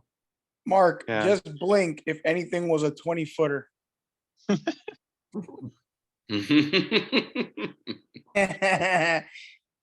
it like is it like the toy companies that do the mystery boxes of toys, and like you get like some garbage pops, but then like some of them have $300 toy inside of it? Was it like that? So you have to buy 3 units, and then you can qualify to buy a mystery box for $1,500. And then that mystery box is either supposed to be either a combo or a slide. That's a bestseller from Jump Orange. For 1,500? Yeah. Pretty good. Wasn't It's there not another? bad. A combo wasn't for there- $1,500 is not bad. Yeah. What'd you say, Mark? No. I gotta. Okay, gotcha. Yeah, well, yeah, Ariel, when it comes in, dude, yeah, for sure. Post some pictures. Post them Oh, in my yeah. Facebook group so I see them. I don't mess with many other Facebook groups anymore. Yeah, I'll put it on Let's the just- Jumpstart group too. Nice. I think it's gonna be a slide, but they sent me the pictures, and the picture looks like it's gonna be a slide. Like it's big, like the box is big. Well, Let's the just- box of the slides are a tad bit shorter than the combo slide boxes, so I'm pretty sure it's gonna be a slide, a 15-foot slide. All right, so let's just put it this way. If you don't like it and you sell it, you'll do just fine. Oh yeah, yeah, yeah. If I You'll don't do like it, very I'm fine. That's funny. And I'm sucking at finding this video for you guys. All right, let me answer Tara's chair question. Maybe I can show you on this foam daddy video. They're behind me at some point in this video. But basically what we do is we store them in equal stacks of, what do we store them in? 25s. Yeah, 25s. I go to Harbor Freight and buy the little furniture dollies. They're like $17. Little wood, right, with the 4, little frame with the 4 wheels. And then we put them on there in increments of 25. and Yeah. then they wheel off into the corner. It's the wall up against my office, like furthest from the rolling door, because chairs go out the least, and we put them on wheels, so it doesn't matter how far you got to move them, right? Sandbags close to the door because they're heavy and annoying. But yeah, so we wheel them back there, and then there's a big pile of those little wheelie carts is what we always call them. But so that way, if we have like today, I had a guy that he came to pick them up because he didn't meet the minimum order threshold, but he came to pick up 12 chairs, 2 tables, and a pop-up tent. And so I just put 12 chairs on the rolly cart, and then I just lashing strap it or ratchet strap it, and then it rolls right over. So that way, it just keeps everything nice and neat. It goes right in the back of his minivan. And then for big, or like last week we had a chair order of 40 chairs. I think it was like 38, but so you just stack. So like Roman stacks 38 chairs on his rolly cart, and then that big one we do 2 ratchet straps around it so you can get it nice and tight. And then the rolls all just goes whoop, right under that wheelie cart, and boom, right up on the rolls all, drives right up on the trailer, drops it, and then just a quick little cam buckle strap, whoop, keeps it secure. And then when you get to the customer's house, it goes right on the rolls all, and you just freaking motorized dolly right up to wherever they want. That's how we do it, and it's worked out phenomenal. I'm looking on the video right now to see if they're ever behind me, but I don't ever see them. I know there's a spot. All right, I'm having a really hard time finding this video to show you my tubing that I use with the water bladders. I just went live with it. I know that. I can't remember what freaking group it was in. So any of you that want to see what I do, send me a private message on Facebook. I'm setting up a 20-foot water slide tomorrow with the system on it. I'll do a complete video. I'll video my little box that carries all my supplies, and I'll send it to you guys. That's probably the best way that I can figure it out right now. So if I wake up tomorrow morning with 35 people asking, hey, can I see that? I promise you I will get it to every single one of you tomorrow. Yeah, as I say, if you want to send it to, I was trying to think of the best way to get it out there.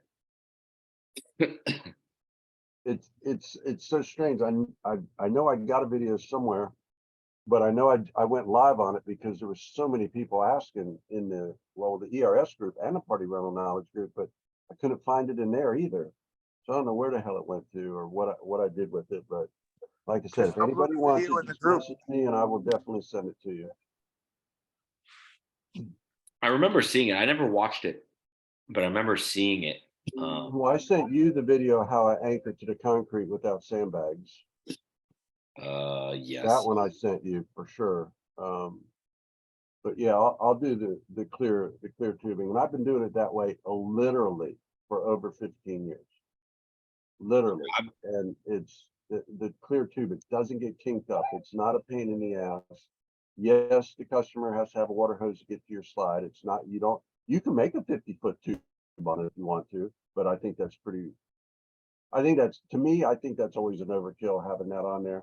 The customer can have a water slide to get to your slide. I mean, I've never supplied a water hose on any water slide job ever in 21 years. I always have a thing that says the customer has to supply the water hose. I mean, now I do take the repair ends of the water hose. It's like, because there's plenty of times you'll get a customer's water hose and the end will be smashed or it'll be cut off and you can't connect it. So you got a $3 repair piece in your toolbox, you put it on, boom, the end's there, you hook it up, you're done, gone. Tell the customer, hey, this is yours, you got a new end on your thing, have a nice day, thank you, boom, keeps them happy. So, but yeah, I'll get this to everybody that wants it, I promise, tomorrow.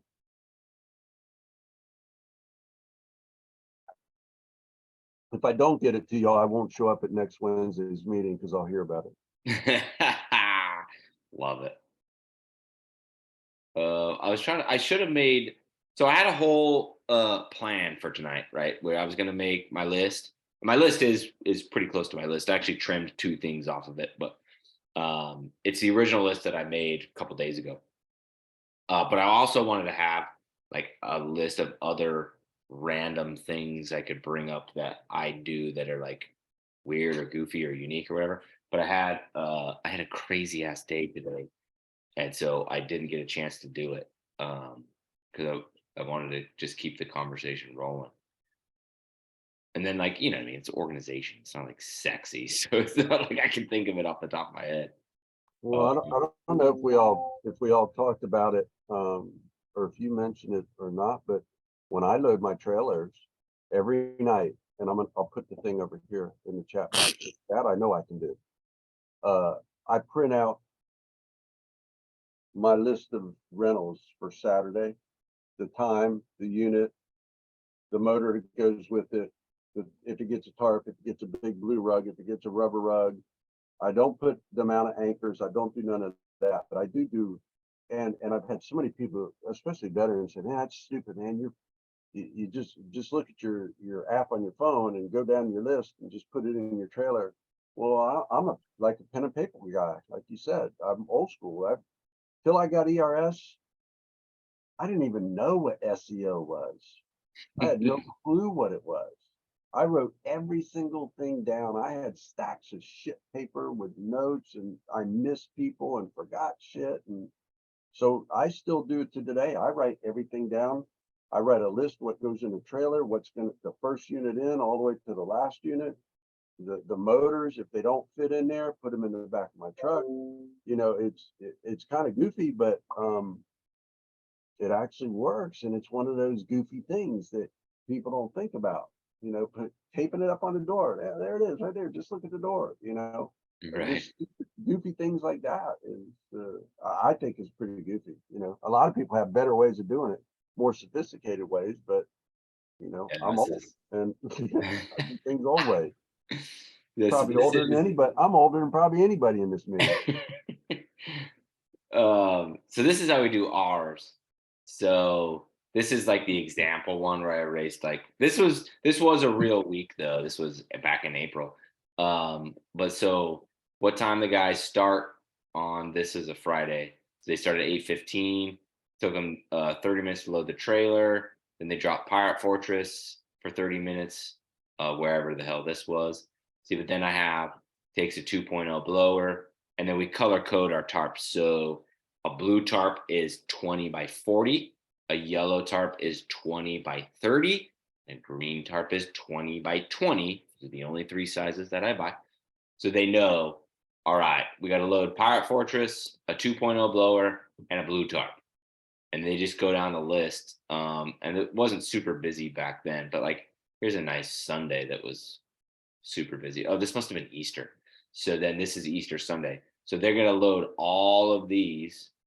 And then here's the blower that they all take. Here's the tarp that they all load.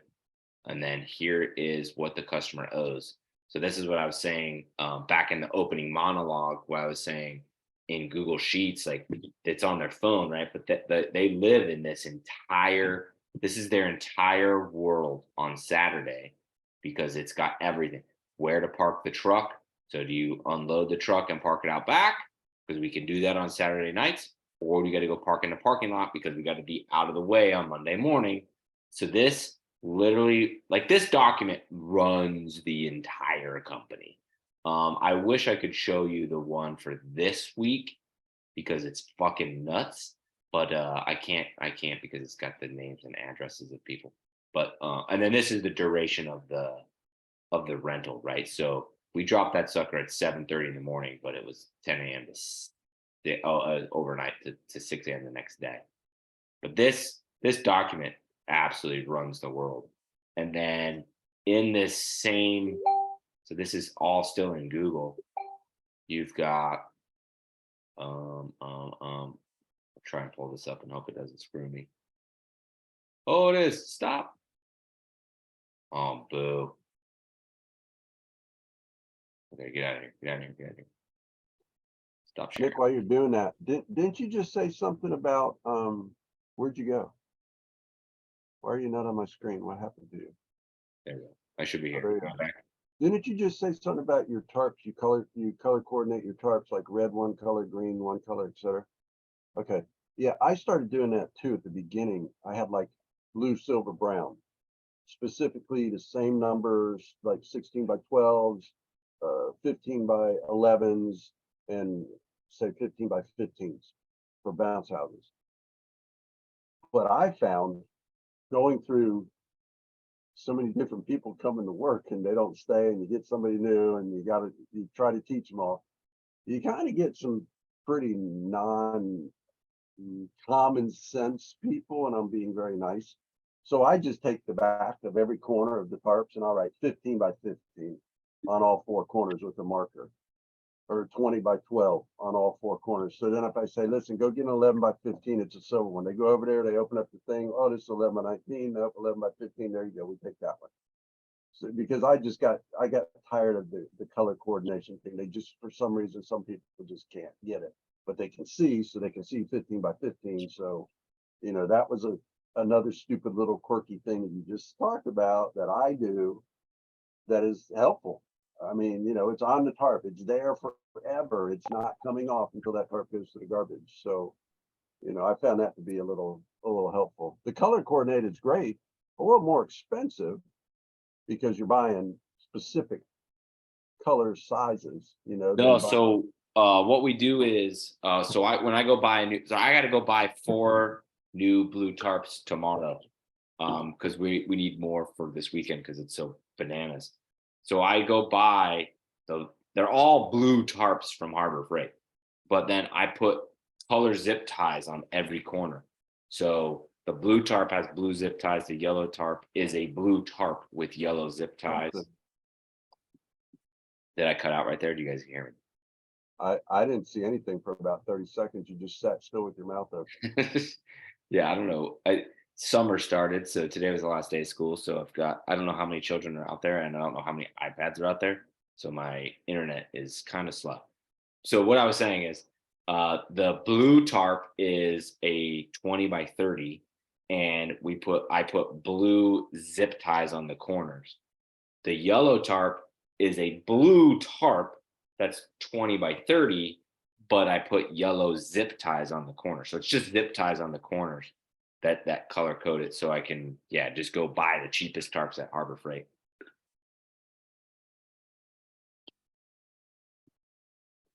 Yeah, so here, Kirk, what's your top 3 tarp sizes?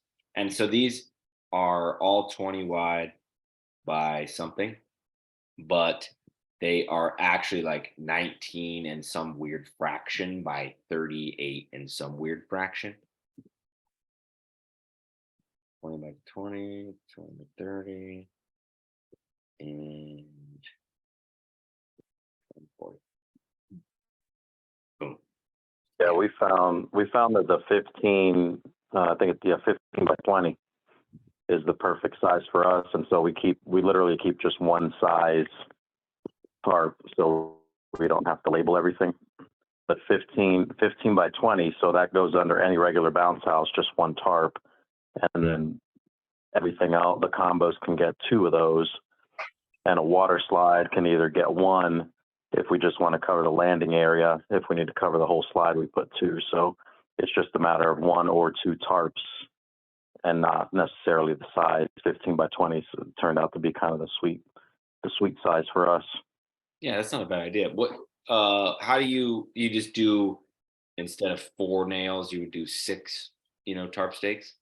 Like, boom, marry them together. And like 2 of them, like you'll put 2 together, and where they join, you actually just put 1 in the Right. tarps to join them together. That's not a bad idea. At 20, it's basically either you're doing a 15 by 20 setup area or 15 by 40. And that's all you got to remember is 1 or 2 tarps. Yeah, that's cool. But it's crazy. It's crazy how important the whole tarp situation is, because even this whole conversation, you've got 3 different tarps. To change what you've been doing, it would get pretty costly to say, okay, shoot, we're throwing everything away and going 15 by 20.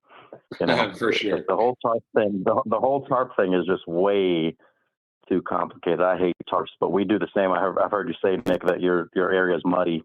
We can't live without a tarp over here. I mean, it'll get nasty. just way too nasty. Yep. Yeah. Same. It's just like, I don't know how in the world. Like we go to, we have some close friends that have a barbecue food truck, and they have this big, like, I don't know if it's a charity event. I don't know, but like all the people from the gym go to it. And so it was last weekend, last Saturday. And Jason always has a big water slide there, but he trades food with another local renter. So it's never mine. And so we go there last year, and there was like a 18-foot, it might have been 22-foot, but I think it was an 18-foot HEC slide, like a tiki plunge or something, and no tarp.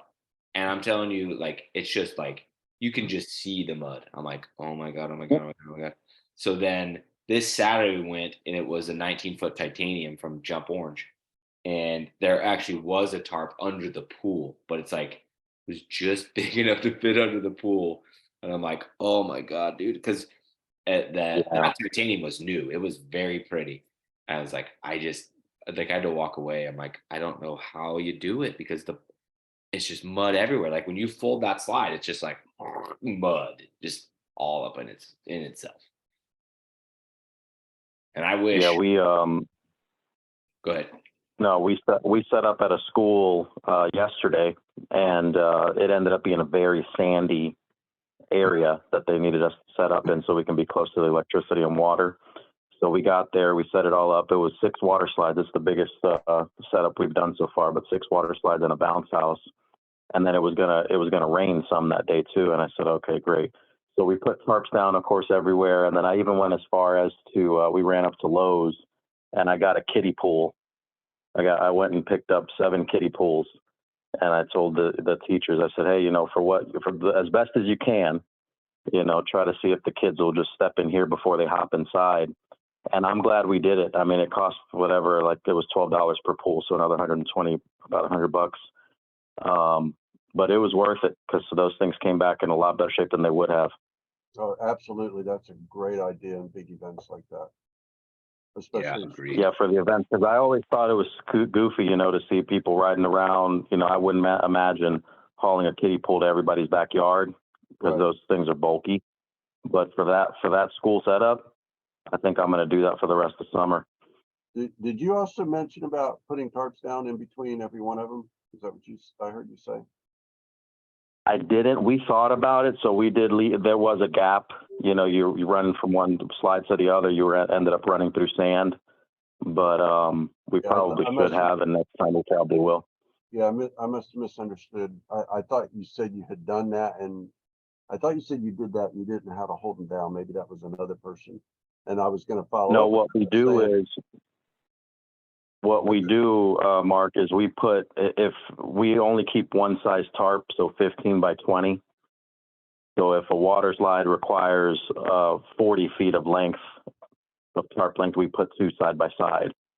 So we're either doing a 15 by 20 or two of those to have a 40-foot length. Yeah, I put a picture in the chat of what I use to do my tarps. I've been using the same thing for 21 years. You buy all this at Home Depot. That's 12-inch, 10-inch, and 8-inch basically spikes with a big washer on it. The 8-inch is obviously for hard ground, 10-inch medium, 12-inch for soft.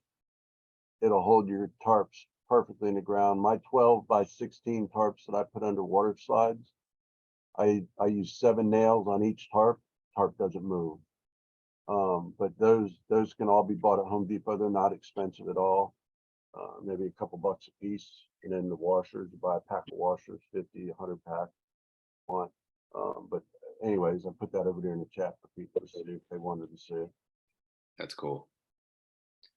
Yeah, I've got here. I was going to share my screen a minute ago. I've got it up now. What I wanted to show you before it showed you what I didn't want to show you. So this is the cleaning list. It looks a little unique because the guys rallied through everything on Tuesday, and so then this is what I wanted them to do today. We have an older. It's not that old, but a titanium. We have 2 titaniums from Jump Orange, and one of them has a zipper issue, so I was trying to fix today. And then this Fiesta Crush, long story, but it needed some love. So that's what they did today.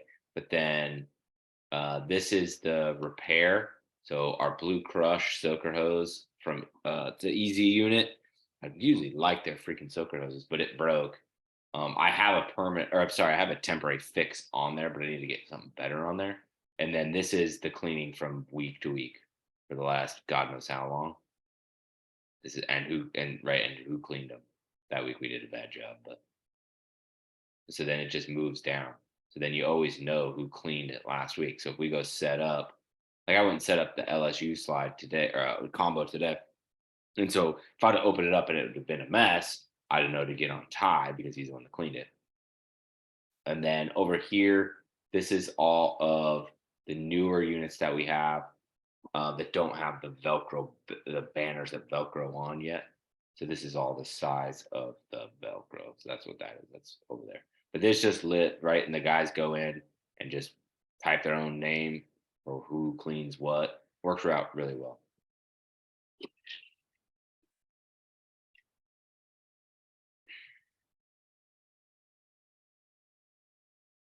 All right. Anybody have got? Who said something about me having to wear glasses or something tonight? Who was that? Oh, that was right at the beginning. Yeah, I'm starting to think maybe I should either put them on or drink more beer because I'm having to squint at a lot of shit. Yeah, you put that picture in the chat. And I was squinting at it because I was like, oh my God. I know, I'm sitting there looking, going, what's he saying right over there?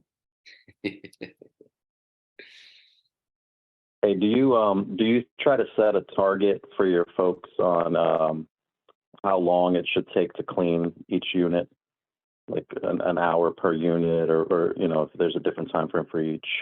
Are you talking like the employees or at the customer? Yes, yeah, for the employees.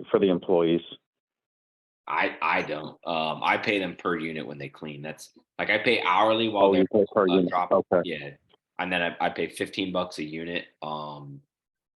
The guys did a unit this week that I paid double on because it needed it. Like it was right.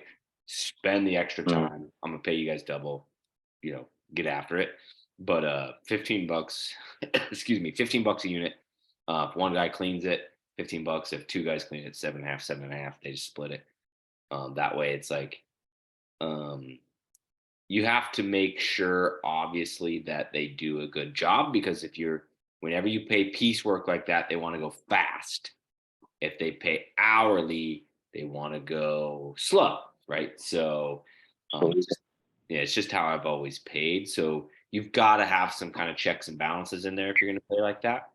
But I have found that I like it better because they're out there cleaning, and then they get on their phones and then they sit down and they go, now they come in my office and fill their cup up and then bullshit with me. But like, I really like it because it's a laid back atmosphere. They're not, I'm not worried that they're wasting money on the clock. So we can bullshit, we can do this, that, whatever. So I've really liked it, but you do have to have checks and balances to make sure your stuff gets cleaned for sure. And that's kind of Alex, that's kind of a double-edged sword. Yeah, there you go. Have another beer. Let me get another beer. Hold on. Can't even get that word out.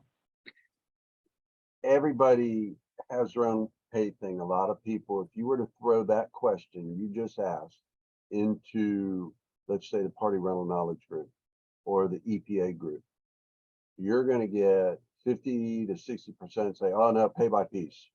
You're going to get others that say pay by the hour. And then you might have somebody that has another weird way of paying.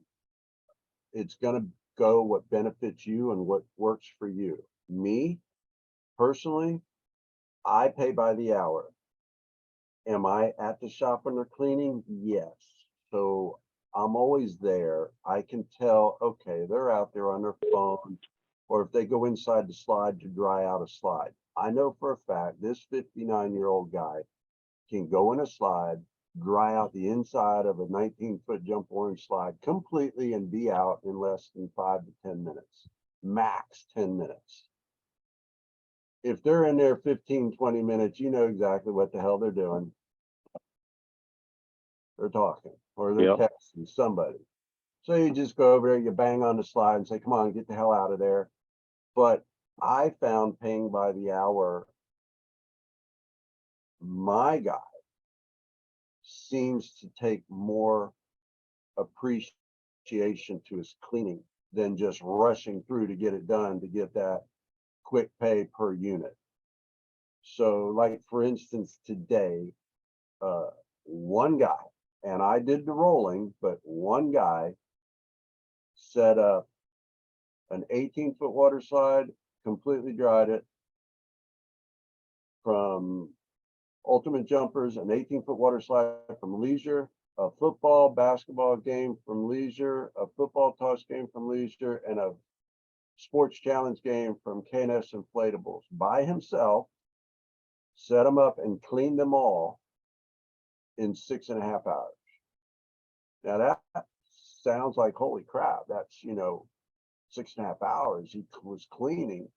Well, there was really only 3 units that had to seriously be, and I'm anal. I want my shit to look as new as possible at all times.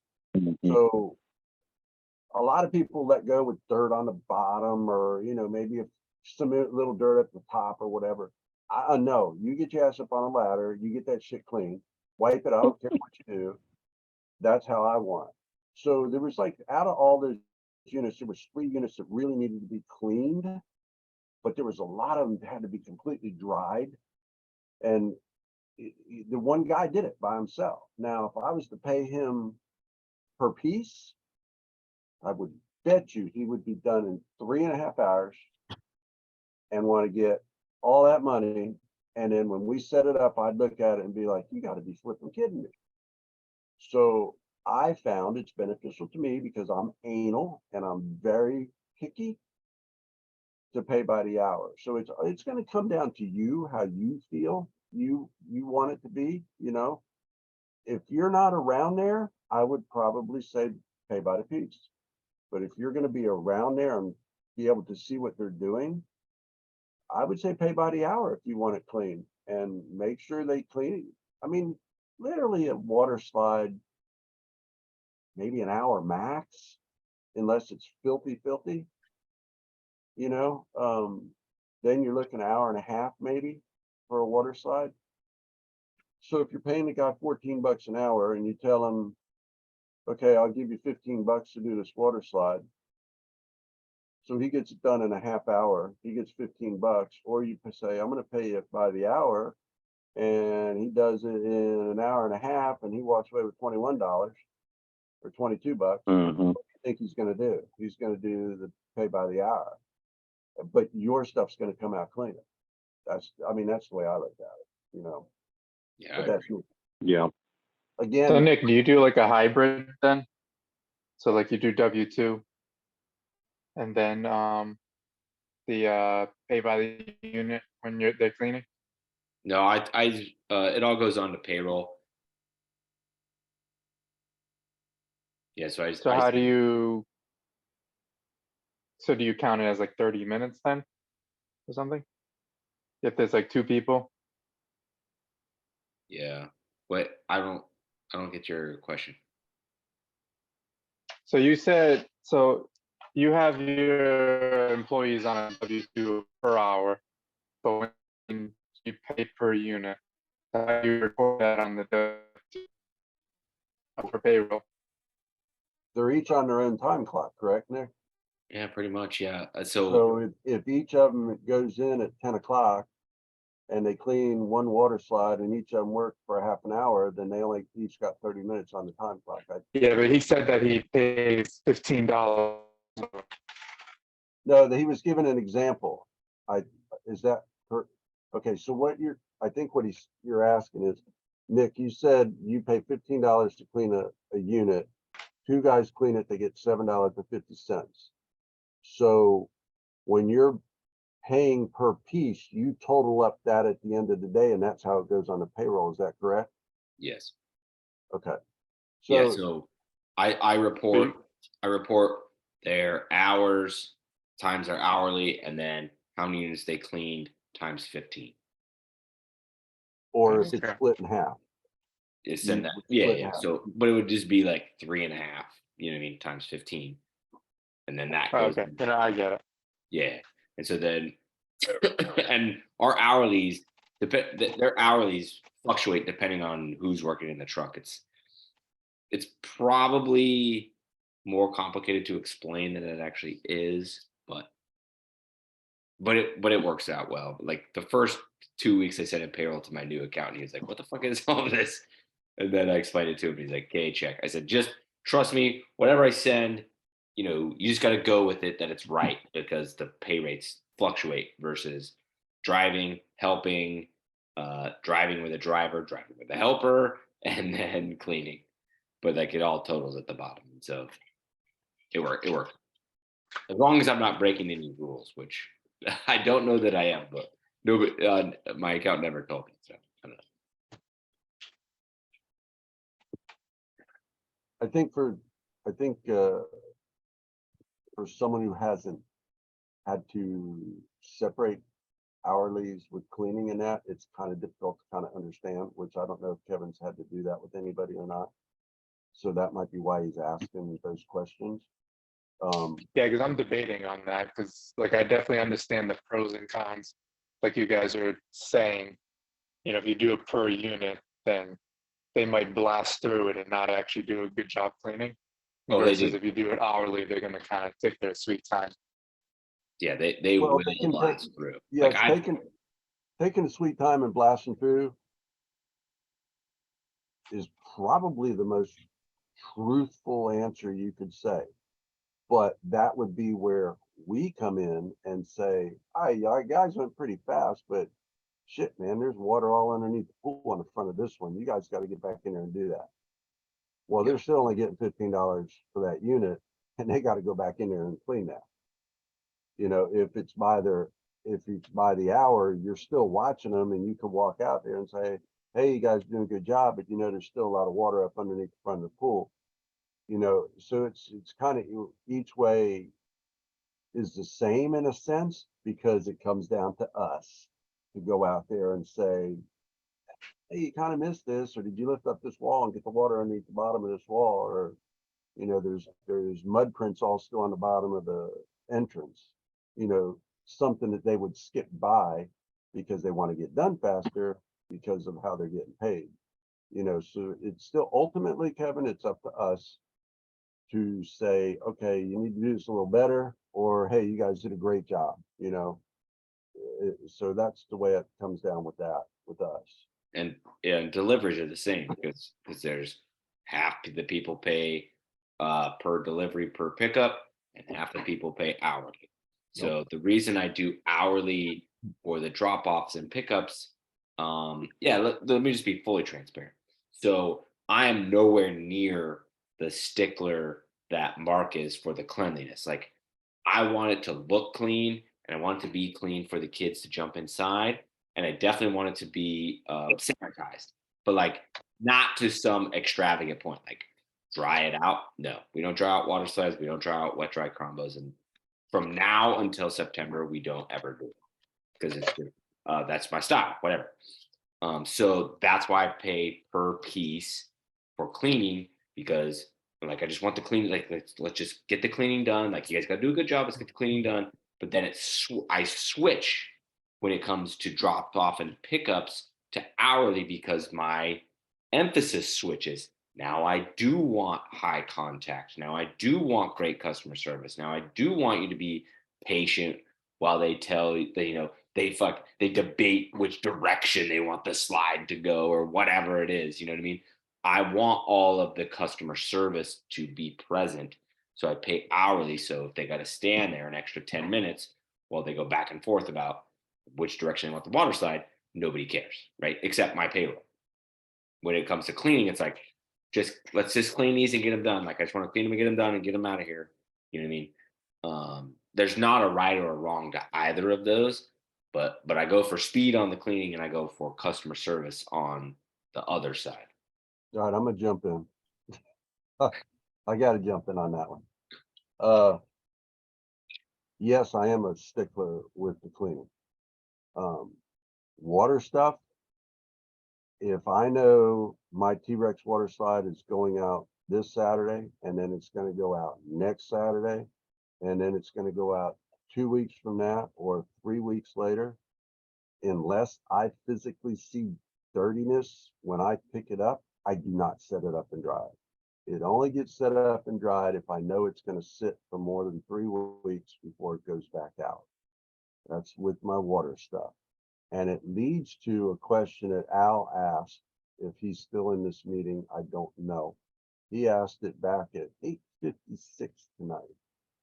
He asked, what is the longest you all have not cleaned a bounce house for? 1 to 2 weeks, 1 to 2 months. I want to hear your stories. All right, so here's something that is a good rule of thumb for anybody. And I know there's one of my competitors that's in here too, and I really don't care about that, but whatever. If your bounce house or water slide is wet, there's a difference between wet and damp. If it is wet, mildew is not going to grow quickly. It's going to take a while. So a wet water slide can stay rolled up for at least 2 weeks or longer without being opened. It might be a little sticky at that point, but if it's not going to go out for 10, 12 days after in between rentals, it's going to be fine. All depends. If you pick up a bounce house combo and the bounce house itself is damp, you will have mildew in that bounce house within 3 days. Dampness will grow mildew. Wet, solid wet will not grow mildew fast. It just doesn't do it. So to answer Al's question, if it's a bounce house, I open up a bounce house within 3 days from my pickup if it's wet. It's opened up and it's cleaned and it's dried. A bounce house will mildew fast. A game, an inflatable game, a football game, a basketball game, if it got in a rainstorm, but yet the sun was beating on it for 2 hours after it rained and you picked it up, you better set it back up because there's going to be dampness in there. Dampness will create mildew. The black will get on there fast on any inflatable, on anybody's material. I don't care whose it is. But if it's solid, soaking wet, it can sit rolled up before it'll turn to mildew. So as far as what you said about me, yes, I am very anal about cleaning my stuff. If I don't think it's going back out, it's getting severely cleaned. It's getting put away. If it's a water slide, like right now, if I could do a video outside my shop, which I can't get there right now, but if I could, there's 11 water slides out there covered with tarps on a tarp over top of each one, soaking soft and wet. I'm going to set up 2 tomorrow that's going to be clean. The rest of them, they're going out next Saturday or next Sunday, one of the two. They're going to be perfectly fine sitting there because they're solid wet. If they were just damp, they got to go up and get clean. They got to go up and get clean, or they will mildew. So there is a difference, guys. Wet inflatables don't mildew fast. Damp inflatables mildew really fast. And combos that are wet combos, where you have the water slide on one side and you got the bounce house on the other side, the bounce house is not getting soaking wet. If you just roll it up, the water slide part won't mildew. The bounce house will mildew because it's just damp. So it's a pick and choose thing for everybody. But I've learned over the years what does and what doesn't mildew. And I can tell you dampness, and being a painting contractor also and learning about painting, dampness, you can't paint over. And if you paint over dampness, it will mildew under the paint. If you set up an inflatable and roll it up wet, it'll not grow mildew. If it's damp, guarantee you will have black mildew on it in 3 days. So hopefully, Al, that answers your question. I would never let something go 2 months. That's for damn sure in your questionnaire. That's unless I'm in the hospital dying, then at that point I really wouldn't give a shit. But so hopefully that would answer some of y'all's questions. I'm much different on that, but I don't want to challenge you because I was gonna add in as well too, is my priority is leaves is the number one thing. So in the fall here, when leaves go on it, especially if it's wet, that's getting cleaned next day. To get the leaves off it, because obviously it stains it. It's freaking train back. Anyways, That's number one. But then if it's wet, it's like if we get to it, great. If we don't, it's not a big deal. We just pressure wash them, and we'll clean them on site, and they do fine. I'm not saying you should do it, but I've non-winterized water slides, and it's like it takes a little bit extra work, like at the start, but it's like it's not that bad. It comes off pretty good. Another trick I've found too is get scrub brushes, just like little handheld ones. If there's any stuck on dirt or anything, it comes off real easy with that. So that's another thing that I've added to all the trucks, and that's made a difference for a lot of you guys. That's cool. 100% agree on that, cleaner. I mean, I've let water slides sit 3 weeks out on my back slab of the shop, and it's not done nothing. It'll get a little that slimy feeling sometimes if it sits too long, but that can be cleaned off right on site, really with just a water hose. That can be cleaned off really quick with a water hose. But I have not yet had, hell, my wrecking ball from Moonwalker Sales. We rolled that up I did a live video actually on EPA of it. I opened that thing up. It had been wet, I would say almost 4 months. So it had dried and it was still damp and all that good shit going on in the roll. And we opened up and it was like solid black with mildew. And I'm like, holy crap. And it just slime, it just felt like somebody put that green slime all over it. It was nasty as can be. I'm telling you, it was 4 months rolled up. The guy didn't have a job after that because he was supposed to clean it, but he said that, oh, I was tired and he didn't want to do it. Yeah, that was the wrong thing to say to me. But we cleaned that thing right off. The customer, I gave the rental to the customer because we had to clean it there with pump up sprayers and chlorine and rinse it off and dry it. And it was disgusting. It was embarrassing. But we brought it back to the shop, rolled it up damp. The other 2 guys forgot to clean it again. And I opened it in a week and it was black again. So there is a difference between being soaking wet and damp. Dampness creates mildew quick, but soaking wet stuff, you can get away with it. You can let it sit for a bit. But the leaves, Ryan hit it right on it. I mean, that's the worst enemy in the world for anybody. I mean, even really, actually, even dry units, if it's a damp leaf that falls off a wet tree, and you just fuck it, and you just roll it up, you are going to have a brown stain for a long time on that inflatable. It's not going nowhere. So yeah, Ryan, yeah, that was something I didn't think about that. Yeah, that was a good thing to say, especially if there's newbies in here that don't know the difference. Yeah, clean those leaves, and grass too. Grass will do it too. Yeah. Grass will stain it just as quickly. So And pine straw, pine needles will do it really well. yeah, those are a pain in the ass to get out of this. Usually your inflatables too. They get stuck in the corners and the Velcro and the netting, and they're worse. And they than get stuck love in the hose of the shop vac. They all Oh yeah. get caught in there, and then Oh yeah. yeah, and the next thing you know, you guys like, man, we need a new vacuum. Like, bro, we don't need a new vacuum. Yeah. We were talking about tagging earlier. One of the only 2 colors that we use are white and red. So we put a white piece of tape around the strap once we've cleaned it, so we don't forget we cleaned it. And then if it's extremely dirty, muddy, or has leaf stains or leaves inside, then when we pick it up, we put a red piece of tape around it, so we know we need to open that one immediately. Yeah, the leaf move that's a good one. Because we get, luckily for me, like down here, the leaves don't fall off the trees until almost like December.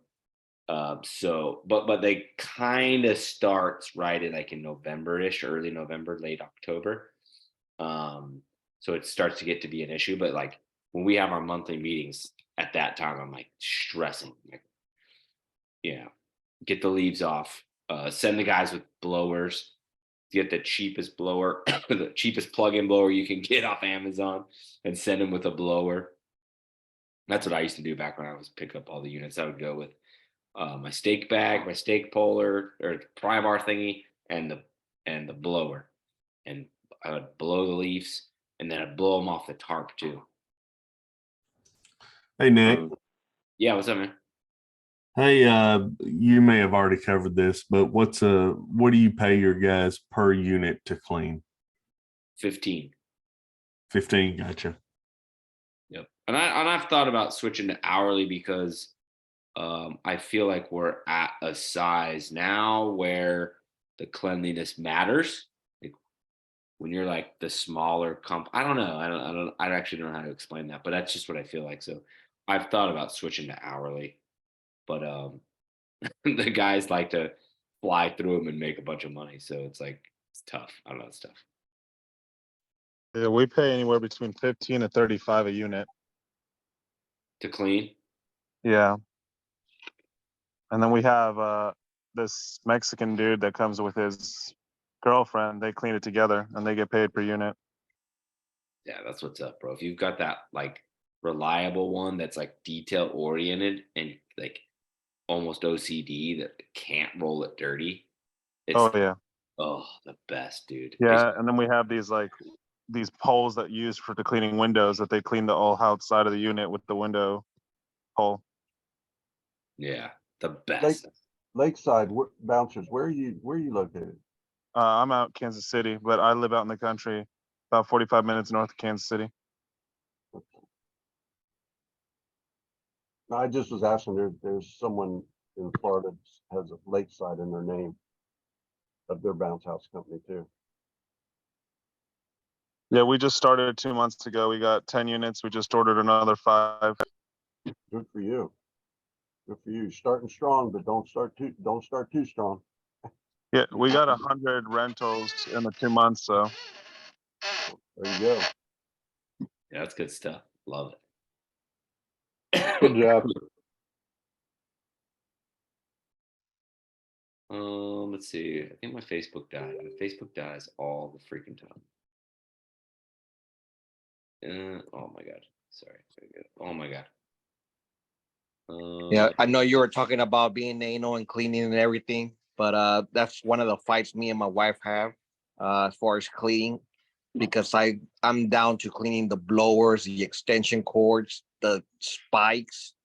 I mean, I clean it all, and she gets so pissed, and she tells me, "Listen to Nick," or it's going out again this weekend, and I clean my water slides, and then I go back and dry them because I don't want to even see water spots. Oh, And she's nuts, and she wants to hire people to start doing the cleaning, but she doesn't because she knows that I'm going to run them off. They're like, nobody's going to clean the way you want them. How many units do you have? 13. Oh, that's How pretty long good you been in business? Started a year ago. Okay, well, let me just say something real quick, because I think Ryan was about to break his neck shaking it. No, when you were talking. Listen, don't clean the flipping extension cords, dude. That's just, yeah, no. Don't even worry about that. People are not gonna look at them extension cords. What they're gonna look at is how neat you set up your unit, how clean you left that job. That's what they're gonna look at. Honest to God, that is it. If they see that unit is, okay, you missed anchors on one side, or the tarp is loose and the kids can trip on it, or it's dirty, that's what they're looking at. And once they see everything is fine, believe me, they're not going to look at that unit one more time. They're not going to look at that blower to see if you got dirt from the last job on it. It ain't going to happen. The other thing too, Waste of my time. that we strive our guys in terms of training is the main thing. Customers don't care if there's a little bit of grass inside the bouncing service, or if there's like something like if there's a leaf or something. Right? What they do care about though is trash and like food. So if there's like candy wrappers, or if there's like leftover food or anything, that is the stuff you need to prioritize getting out. If you leave 2 specks of grass, the customer doesn't care. It's an outside toy. We tell them that when they rent it. They know that when they rent it. We go over the rules with them. Same thing when we set them up when they're wet. There's water in all of the seams, right? We can't get that out. We're not at the job site long enough. So we'll deliver it and we'll leave water in the seams if it was wet last. And it'll, so as time will go off, it'll clean out the seams, right? And so it'll spray a little bit of water on the bouncing surface. Just tell them to go in there with the socks off. They're outside toys. you know, in the next 30 minutes to an hour, it'll be completely dry for you guys. So if you want, you can wait an hour. Otherwise, the kids can go in right now. It's all sanitized, ready to go. But you just want to have them take out their socks. And it's just, they're outside toys. Customer understands that. They've got no problem with it, you know. Yeah, 100%, yeah, I 100% second agree. that You to a have degree. to, But go ahead, Alex. no, you just have to set up and get their kids in there quickly. Then they won't know the difference. Right. that's what I was There you saying. go. There's going to be a blade of grass in there in 2 seconds anyway. The only time, the only time I've seen it be an issue is when you have, and it usually happens in spring around the same time every year, but you have schools and we have a really fancy gym around us that rents units and puts them inside the basketball court, like inside the gymnasium. And oh my God, you don't understand how dirty a unit is. I could go clean it and then go set it up in the basketball court. And I'm just like, oh my God, you have to like redo it because as soon as you go inside with it, it's a whole different universe than if you just set up in somebody's yard and the kids are playing on it. By the time, you know, you're hammering in the last anchor and there's 6 kids on it already. So, Yeah, and you know, talking, was it Edgar that was saying he cleaned the extension cords? Yes. Yeah, okay. I just did a job. his wife's And- face, by the way, when you said that was so funny. I just did a job. That, Oh, it's a fight every week. But go Yeah. ahead, Mark. No, I was gonna say, I just did an inside job because Nick was talking about that. And I thought, oh my God, this is gonna be a great job for me. I just physically met the commissioner of the Major League Baseball League. It's at the Jackie Robinson Training Center, which is formerly the Los Angeles Dodgers Training Center here in Vero Beach. It's got 9 professional baseball fields. They got an indoor baseball field inside a building, so the teams could train inside the building. This place used to be for all Major League Baseball teams, but when Los Angeles moved out west, then it became the Jackie Robinson Training Center, which he was a Los Angeles Dodgers player for years. So I got called for an indoor party for the families of the Los Angeles Dodgers Families and Friends Day, it was called. And lo and behold, I walked in and the first person I met was Director of Operations for Major League Baseball. And then I met the commissioner. So they got my 100-foot obstacle course, and I'm sitting there thinking, oh man, I'm going inside this baseball field. Dude, I'm telling you, it was a full baseball field inside a building. And I'm sitting there going, oh, AstroTurf. I mean, you could eat off of the ground. It was so clean. And I'm like, oh my God, I hate sandbags. Man, I got to have almost 40 freaking sandbags on this goddamn thing. So I'm like calling Jump Orange. I need all brand new sandbags. I didn't want to show dirt. I didn't want to show nothing nasty. We get it all set up. I had the guys go through with 2 shot backs to make sure it was clean. Sandbags were perfectly level and clean, everything. And I looked over and I went, God, look at the shitty ass motors we stuck on the side of this. That was me thinking that. Do you think them people gave a rat shit? They cared that it was set up secured and it was clean. And they didn't even look at them cords and them motors and they didn't even give a shit about it. And here me was like you, Edgar, cleaning everything. No, I went and physically got all orange sandbags. So it was perfectly, everything was uniform. And then I look at the motors and I got a green motor, an orange motor, a black and yellow motor, and another green motor. And I'm sitting there and dirty. And I'm like, really? Seriously? But so the point I'm getting at is that's cosmetical shit to the customers. It really, really is. It's personal to you, and it was to me to make sure it was perfectly clean. It was perfectly, everything's uniform. But when it comes to it, yeah, don't waste your time on that. Repair the motors and clean them if you got to.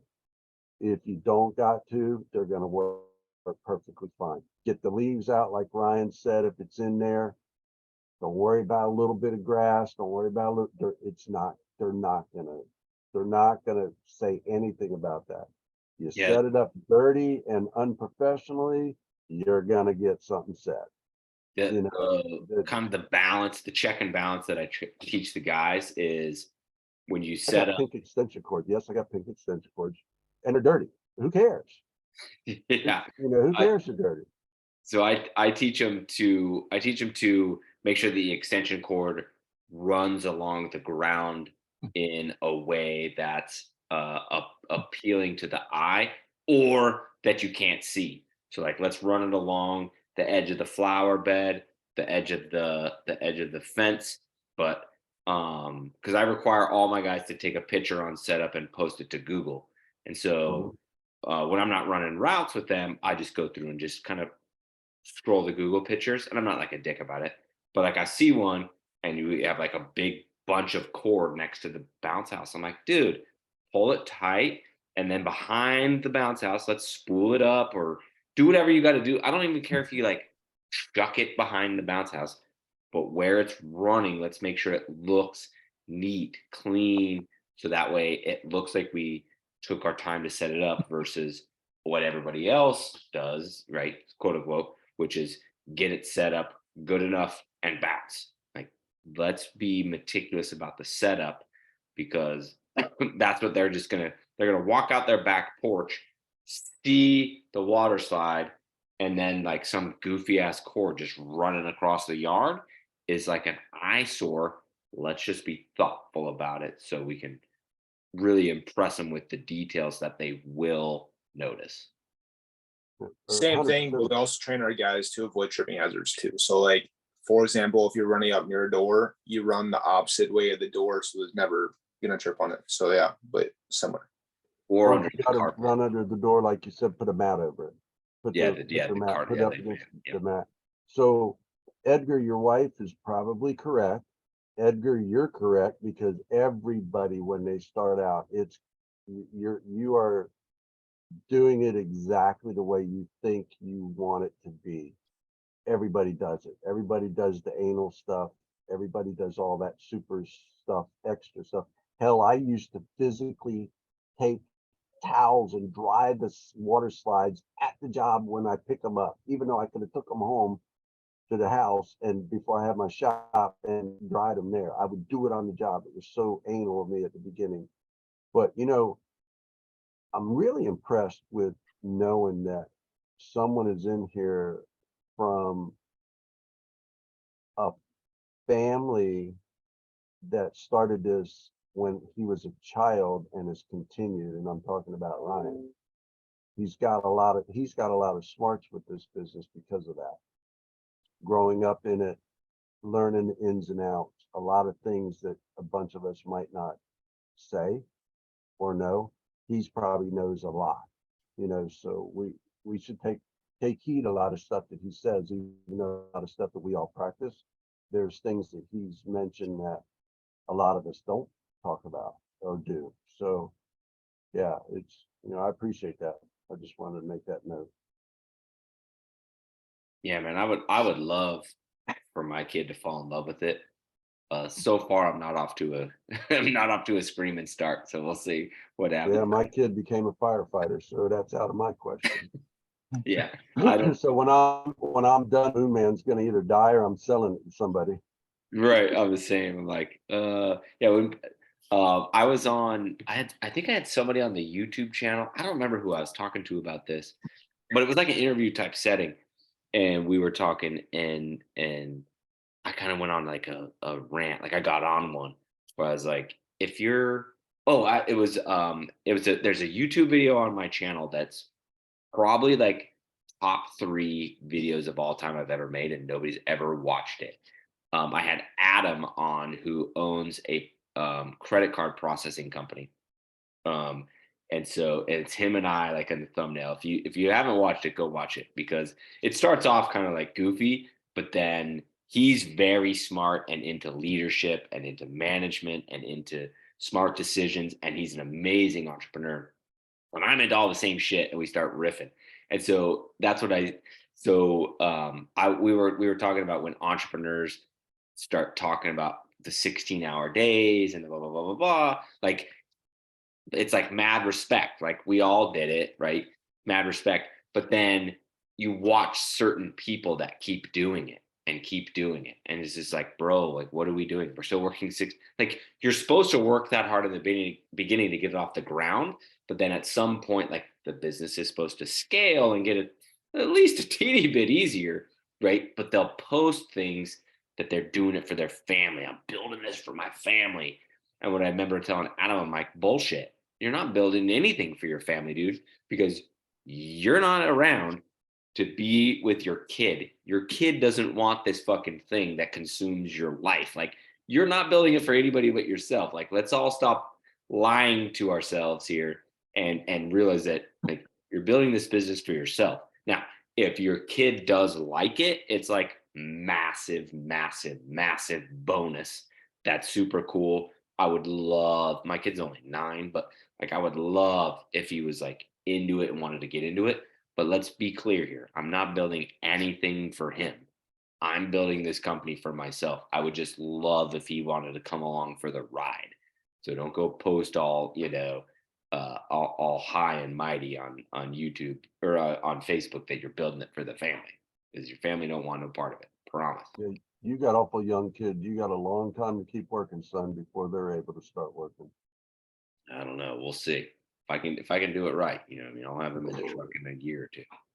I will say though, growing up in it, you should definitely bring your kids with, because I went with since I can remember. So it's like I get picked up from daycare and I go do drops, and it's like we've got daycare centers. So what we do is, this is actually first year trying it, but we've got a new staff member here. So I'm in college right now. I'm a freshman in college and doing industrial engineering.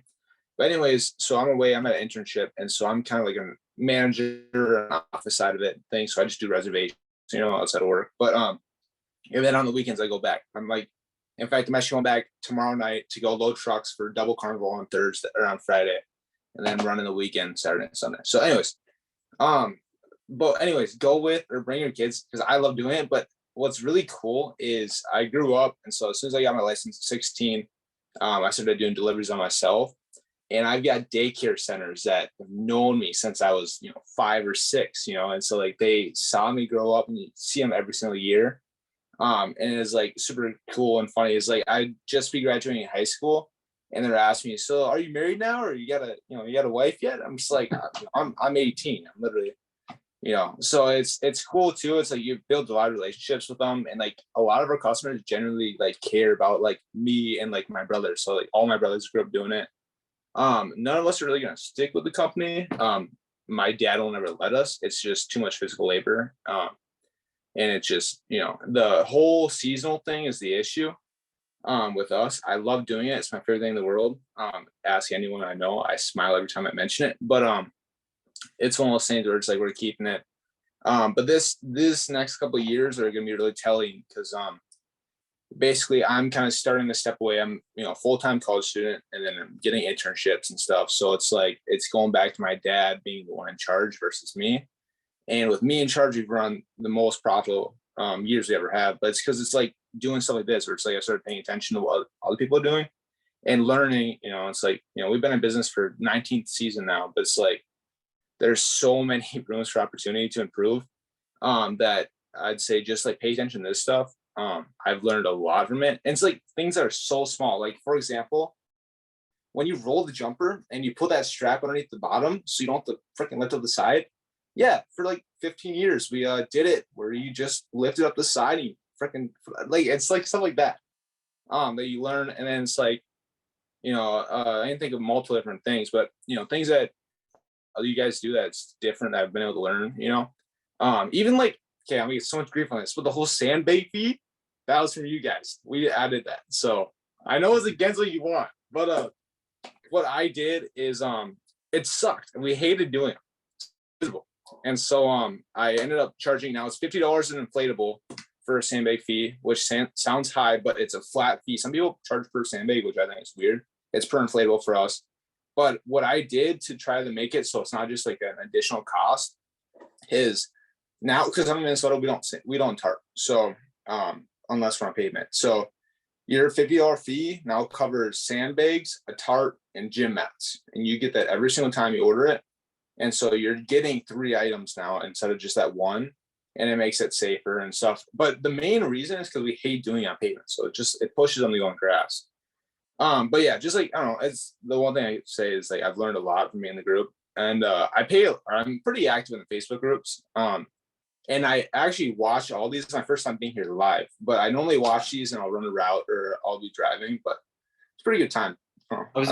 So okay, I have 2 things to say, but so the first thing is like, you're the first person I think that's ever talked a good amount that I don't know who you are.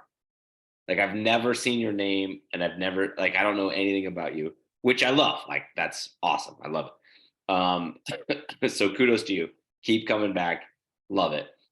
The other thing I want to say is with the sandbag fee. So I'll kind of clear the air here because it's late enough in the show where there's not a lot of people watching. I'm not anti-sandbag fee. I don't give a shit what you do. I'm so anti-fee, generally speaking, because the vast majority of my audience is new operators with 3 units. And they go into the Facebook groups and read shit about fees. And it's kind of like, I equate it to the kid in middle school or high school that got bad grades and brags about bad grades, and the kid that gets good grades is like a nerd or a dork or whatever, and the kid that gets bad grades is cool and popular. Fees is the same thing to me. Like, if you're big and you don't like doing pavement setups, yes, absolutely, you should charge a sandbag fee. But so many people go into Facebook groups and brag about all the bullshit fees that they charge, that then new people want to then put it on their website and be like, oh my God, my sandbag fee is even higher than yours. I'm like, bro, you're trying to grow a business. You should have 0 fucking fees. Like, you should have 0 fees because you need that booking that's an hour away that I get to charge, you know what I mean? I get to charge $80 to $120 for that because I don't want it, because that unit will rent out to my next door neighbor. You have 3 units, bro. You need to drive that an hour away for a very low price, possibly free, so you can generate the revenue because you're doing the, like, it's just backwards thinking for a new operator, but they think they're cool by charging all that shit. And it's like, you're fucking not. So the only way for me to communicate that is to take a hardline stance. That's not true. It's like, it's not true.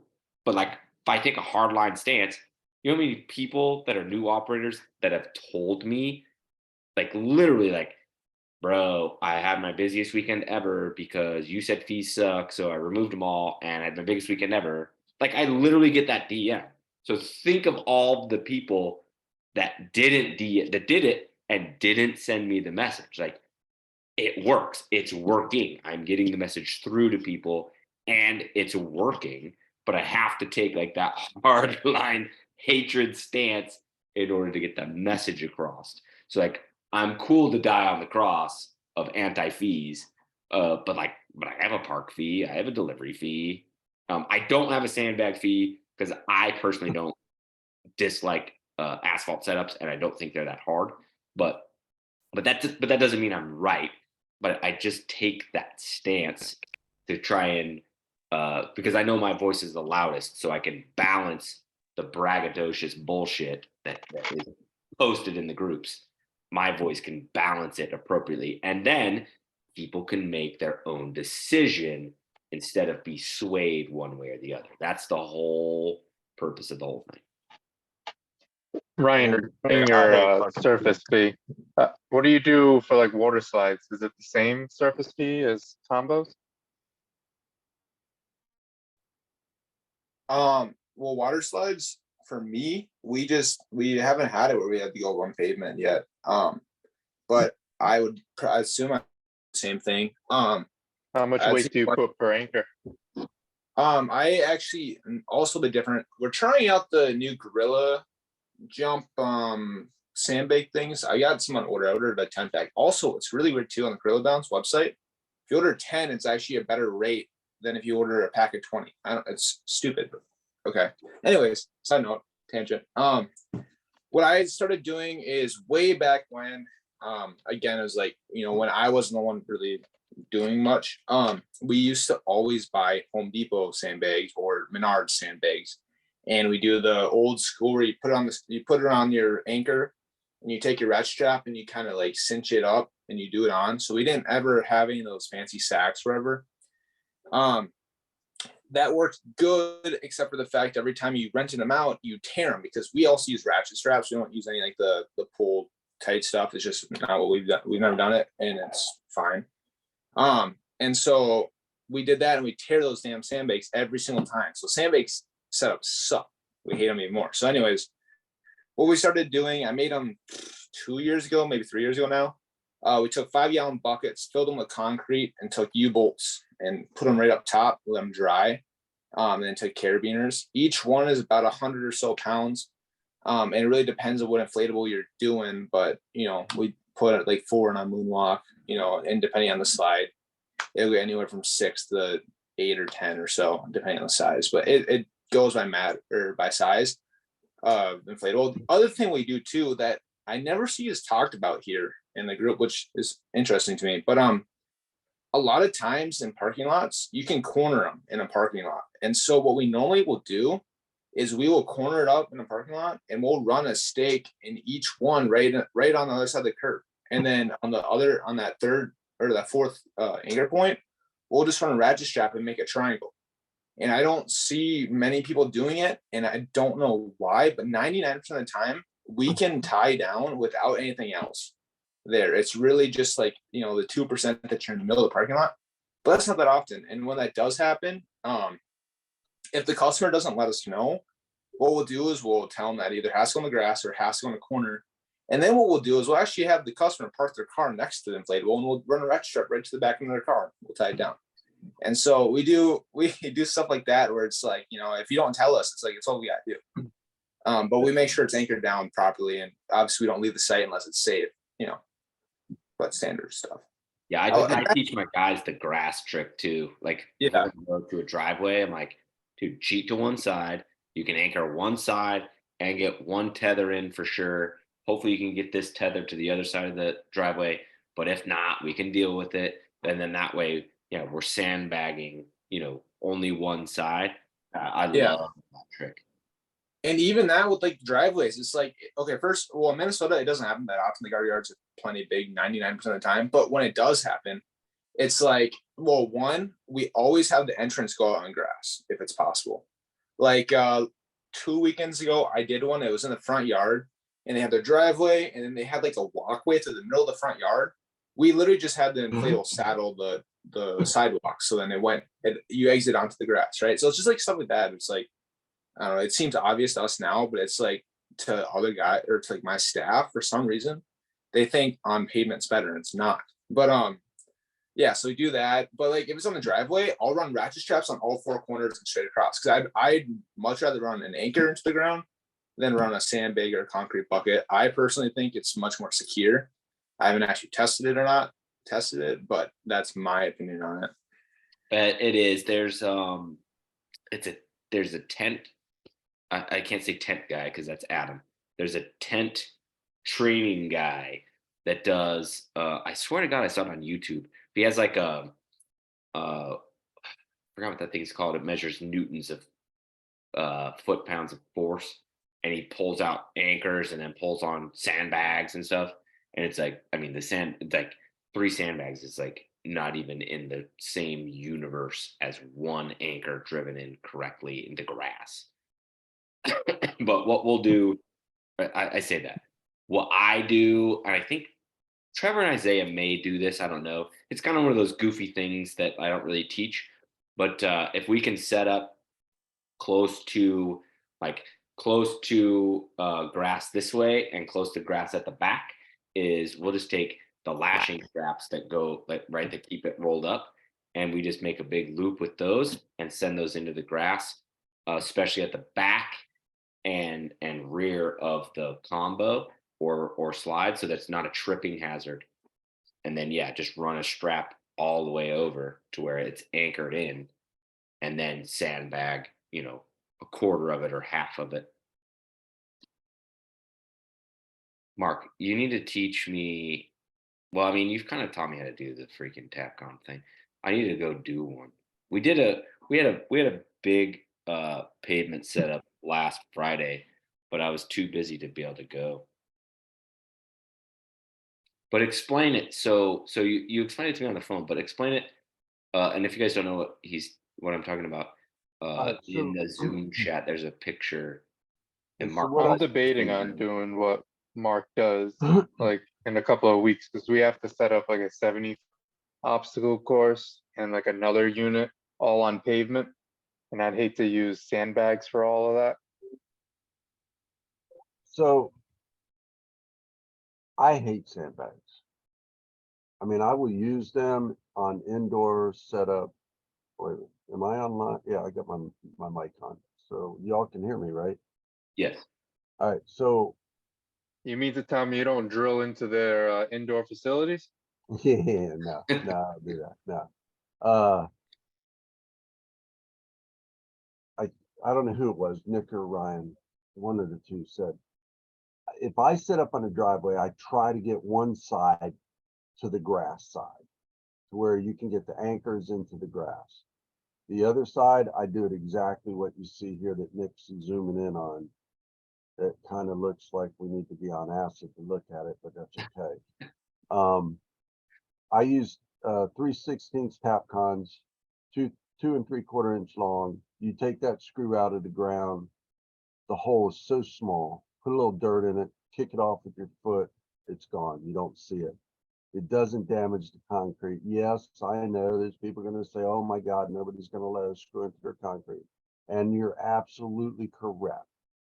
A lot of people say, well, you're screwing into my concrete. That's where you sell them the safety thing. Okay, how many sandbags do you want me to throw on this side to hold this down if we get a 30-mile-an-hour wind gust? That setup that Nick's got on the screen right now, I'm going to tell you right now, you could put that and tie that to the back of a car, and what's going to happen is you're going to snap that screw before that'll come out of that ground. A Tapcon screw is strong enough to hold a house down on a slab. It's going to hold your bounce house down. Now, other people have argued with me, and believe me, in over my 21 years, I've heard it all. Oh my God, what'll happen? It's so tight. What'll happen instead of the inflatable moving and the sandbag letting it move? The tether's going to rip out from underneath the bottom of the bounce house, where they put the anchors sewed to the bottom of the bounce house. And I sit there and I think, okay, well, if you got a strong enough wind to move your bounce house, and it's going to rip that one corner out of the bounce house, you got 3 other corners that's intact that those kids are going to be able to get out of that bounce house before it blows away. Sandbags, I don't care how many sandbags you put on an inflatable. I don't care what the manufacturers say. I'll tell Ray, I'll tell Cal from Leisure, I'll tell John, Gary from Bouncing Angels, I'll tell David from Moonwalk USA, you can put as many bags of sand as you want on an inflatable. And if you get a downburst or a wind gust of 30, 35 mile an hour, it's going to move. It's just going to happen. Agreed. If it is screwed to the ground, you might have that corner rip out, but you got 3 other corners that's going to be held down, and them kids that's in that bounce house ain't going to go nowhere. So that's why I screw it to the ground. I've done it with water slides. I've done it with obstacle courses. I've done it with bounce houses. I've done it with inflatable games. It's, if you have a customer that is hesitant about screwing into the concrete, you sell them with the safety issue. Hey, look, you want it on concrete? I want it to be as safe as it can be, so it's not going to go nowhere. This is what I do. I'll put half of it into the grass. I'll put minimum ones that I can on the opposite side into your concrete. Hey, Mark, so at what point do you for high wind alerts or whatever, when do you shut down? I usually kind of stretch that, to be honest, because if it's 20 to 25 mile an hour wind speeds, that doesn't directly mean it's going to be happening at that job. So you kind of need to instruct the customers that if it's severely blowing around all of a sudden, they need to shut it down. But if it's when you drop it off, it's only say 15 to 20 mile an hour with 25 mile an hour wind gusts, you can only warn them about it unless you're standing there to physically shut it down. Now, if you were to do a setup and the wind speeds were 25 to 30 mile an hour winds, not being rude, but you would be an idiot to set up in that. I would say no, don't set up in that wind speed. So I usually try to stretch it, 1 to 3 mile an hour over what insurance recommends. But if it's 25 mile an hour of sustained winds, I wouldn't set anything up in it. Even if I'm screwing it to the ground, I wouldn't do it. Just for the fact that you got an insurance capability problem right there, right then, along with the manufacturer's request or their rule responsibility that's on every inflatable. So if something was to happen, they could come back to every one of them and say, well, the manufacturer told you don't set up over 20 mile an hour winds, you did. Then the insurance is going to look at you and say, well, you're over 20 mile an hour and it states it in the weather channel. This is kind of your fault, So if it's something like that, I would definitely not. Even screwed to the ground, I know that would not go anywhere in 25 mile an hour winds. I would not do it. My rule of thumb too, I've told customers, and granted, this probably comes with whichever inflatables you run, but we run all E-inflatables combos for our combo units. And what it'll do is once you can tell the wind is going, the top of the inflatable will start to push over, if that makes any sense, with it still being inflated. As soon as we see that, basically tell them to shut it down. Like that's like our key sign that you got way too much wind going, you got to shut it down. And that seems to be right around that 2022 mark. Or so. I've had school carnivals where it's like it's tight like that, and what we've done is we put them all in one big row. We don't normally do it, but we use those big 3-foot fucking stakes that they send with them for some reason. We run those down on every single one of freaking arm hurts after it, but we'll do that. We'll run those 3-foot stakes on special items. We have a Joust Coliseum, it's probably about 25, 30 feet, like in a circle. So like the diameter of it, diameter of it, it's about 30 feet across. And I'll run 4 of those 3-foot anchors in there. And that's from Cutting Edge. We got a 19-foot dump truck slide, weighs about 650 pounds or so. We'll use those 3-foot stakes on that too. And then based on the event, it's like we'll use those 3-footers if we need it. But having those in the truck is super nice for those big events. Even for running caution tape too. It's like you put them in and then you got something to tie your caution tape off to. I just did our biggest job we've ever done. It was 11 inflatables in a sports radar pitch and a dunk tank. And we were running those caution tapes all the way around and using those 3-foot stakes, but that's definitely handy too. Ryan, let me ask you this question. It's interesting you talk about the 36-inch stakes. What hammer are you using to knock those in? I'm gonna get so much grief for this. I use a 3-foot mallet that's about this long. Thor's hammer. That thing. Oh wow!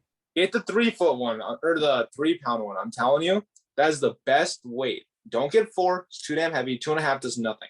Get 3-pound. All of our other stakes are about 14 to 18 inches long. The little J hook ones, they're all 5/8. We have them actually custom made. They're not custom made, but made local to us. And then we have them cut at like an angle at the end, so it's got a sharp edge. I don't know. I see a bunch of people as the bending issues with the 5/8. We're fine here in Minnesota. It does fine unless I hit a rock or sprinkler line. But even the sprinkler line, we don't even know. But yeah, use those 3-pound. Use those 3-pound hammers, and that'll work great for that. I don't have any problem with them. Also, the other trick to get those damn 3-foot stakes out, when you're pulling them out, typically you leave about 5 to 10 inches, not even 10 inches, but 8 inches left. It sticks out of the ground, right? Take your hammer and smack it on one side and smack to the other side, 90 degrees separate, like that on each side. and then they'll pull straight out. If you don't do that, they're a bitch to get out. That's what's up. I agree with the 3-pound hammer, dude. We have 3. I bought a 2.5 once. We do not have it anymore. And then we have like a big sledge. Long story. I bought a combo off a guy. He's like, you can just have the sledgehammer too. No, dude, that 3-pound hammer is money. We just moved to a 4-pound. Like a 4-pound, and we also have a 10-pound, like fucking holy shit hammer. What are you putting in? Like what size stakes are you guys using? You guys doing tents or something? No, we don't do tents, but here in Florida, like sometimes if we don't get rain and people don't water their lawn, it's fucking hellacious. Where in Florida are you, Derek? Tampa. Yeah, you're on the West Coast. Yeah, yeah, Ryan, there is places I'm in Florida. I mean, there's a place in here right outside of my town that's called Fellsmere. And I do an event on, it's a schoolhouse that was built in 1890 and it closed down in 1935. It's actually a haunted building, but the city does events in this big field. And the field is the exact ground that was there in 1800. And I'm telling you what, I can't set up anything with a hook anchor bigger than 8 inches. I put up 20-foot water slide with an 8-inch hook anchor and bent it in this ground. So I can understand where Derek's coming from with that, because there's some places, and it's probably in every state, but in Florida, there's some places you can't get through this dirt. I mean, at all. Exactly. Yeah, that's definitely uncommon for us. And when that does happen, I just do the angle of my stake as sharper, but same difference there. Also, I always do, because we always run about 14 to 18-inch stakes, like I said. If sprinkle lines are put up to code, at least in Minnesota, they should be at least 12 inches or so on the ground. So we train our guys, run them in at an angle, so they should always be about 12 inches deep, and that way we don't hit sprinkle lines.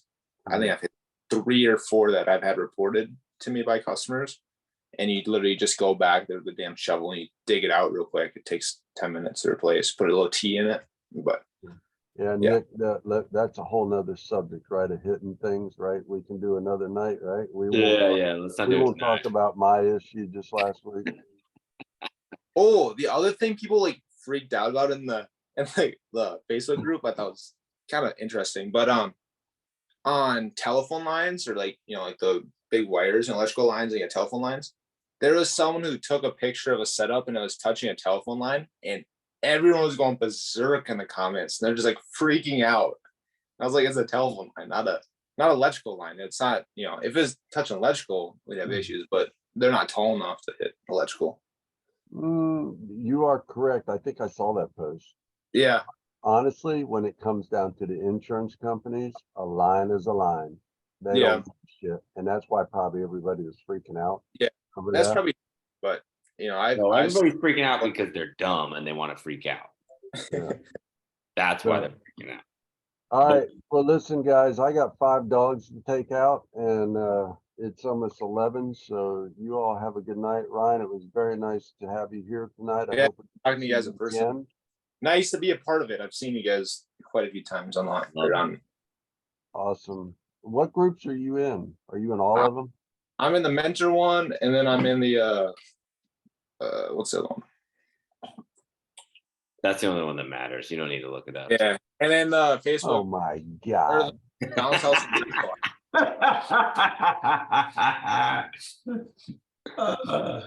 I'm territorial. This is also really good. Like, this is the one that I'm probably most active in. I don't know. That's the first one I ever got into. Yeah. Like, I thought that was the only one. Like, if you go watch some of my older videos, I'm like, get in the bounce house operators, whatever it's called, group. It'll change your life. I thought it was the only group. Like, I literally thought it was the only one. Also, I thought it's hilarious. I was laughing when you posted that obstacle course. You talking about how you got like for super cheap or something like that, a spacewalk, and then it's like double price on Facebook. I swear, I'm pretty sure. Is that right? I was laughing. You're talking about when I sold. So yeah. So I had it listed to rent on Facebook for $425 or something. And some guy said, I'll come pick it up tomorrow.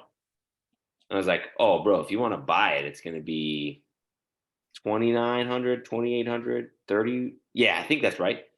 Yeah. Like, yeah, that's fine. I'll come tomorrow. So then I texted Spacewalk. I'm like, hey, Corey, do you have any obstacle courses? He had the exact same one, but newer. He's like, I'll do them both for $1,800.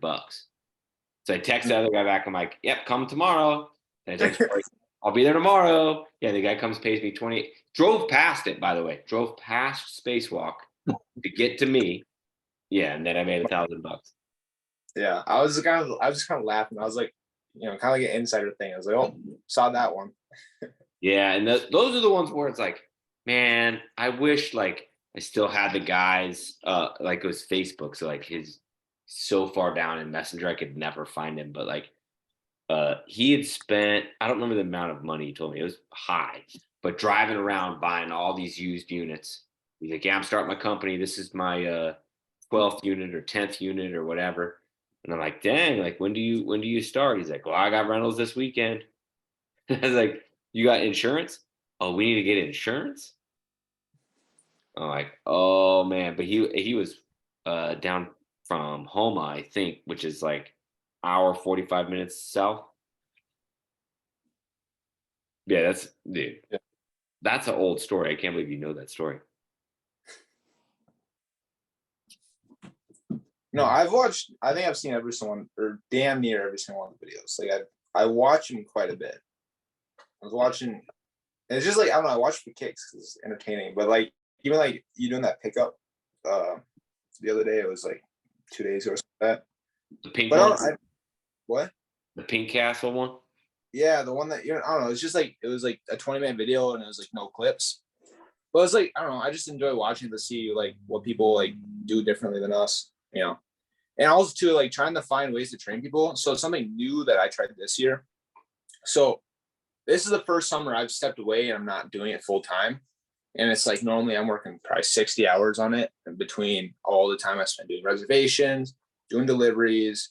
And then I do a lot of the back end stuff. So like getting our cleaner, repairing trucks, doing oil changes, doing maintenance, all that shit. And so what we tried this year is I had a buddy, work for me last year, and he's same age as me, goes same college as me and everything, lives nearby my house. And so what we're trying to do this year is we're doing a guaranteed 40 hours. So we're only planning to work on about 30 hours or so, but we have him, his start day of the week starts Friday and his weekend is Tuesday, Wednesday. And so it works out well for us because how we set up our company. So we have a daycare special set up Monday morning, pick up Thursday after 5 p.m. You get a discounted rate for doing it the entire week. And it gives us those 2 days off, and that gives us our time to go to our cabin or, take a break, right? Or get maintenance done. So then what we have set up where is Fridays is first day of the reset of the hours, which means Thursdays is last, obviously. And so the last, whatever he has hours left for Thursday is going to be the maintenance time or the cleaning time, stuff like that. So that's something new we're trying this year. We'll see how it goes. But yeah, that's cool. Yeah, I've thought about that too. Because I have two guys that want to get promoted to management, and like we're at the point now where it might potentially make sense. And so I'm kind of like whatever in open talks about it and trying to figure out the right way to do it. But that was my idea. I'm like, your week's got to start on probably Friday and then roll through and 5-day work week, right? And then that then ends at a weird spot. But it's like I need you every single Saturday and Sunday if you're the manager. Yeah. Yeah. Question, how did you start getting your high school guys? Because that's what I want. Because college, I lose them early August. And so that's the issue.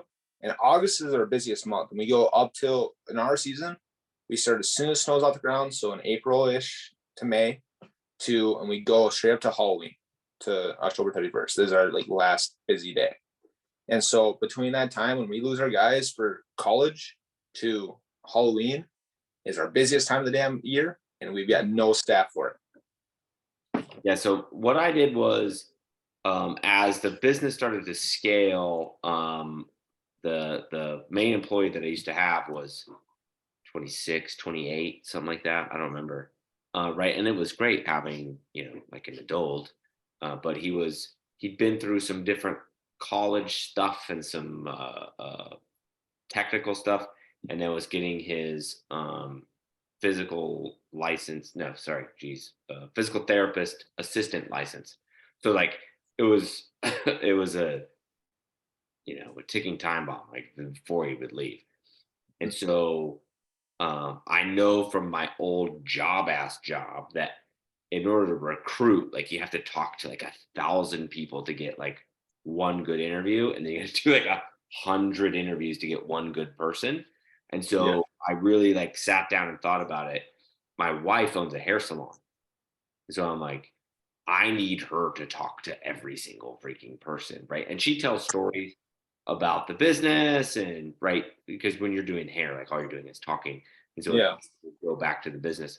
And so I told her, I said, listen, I need you to recruit people, right? And then I really I had to learn what to teach her.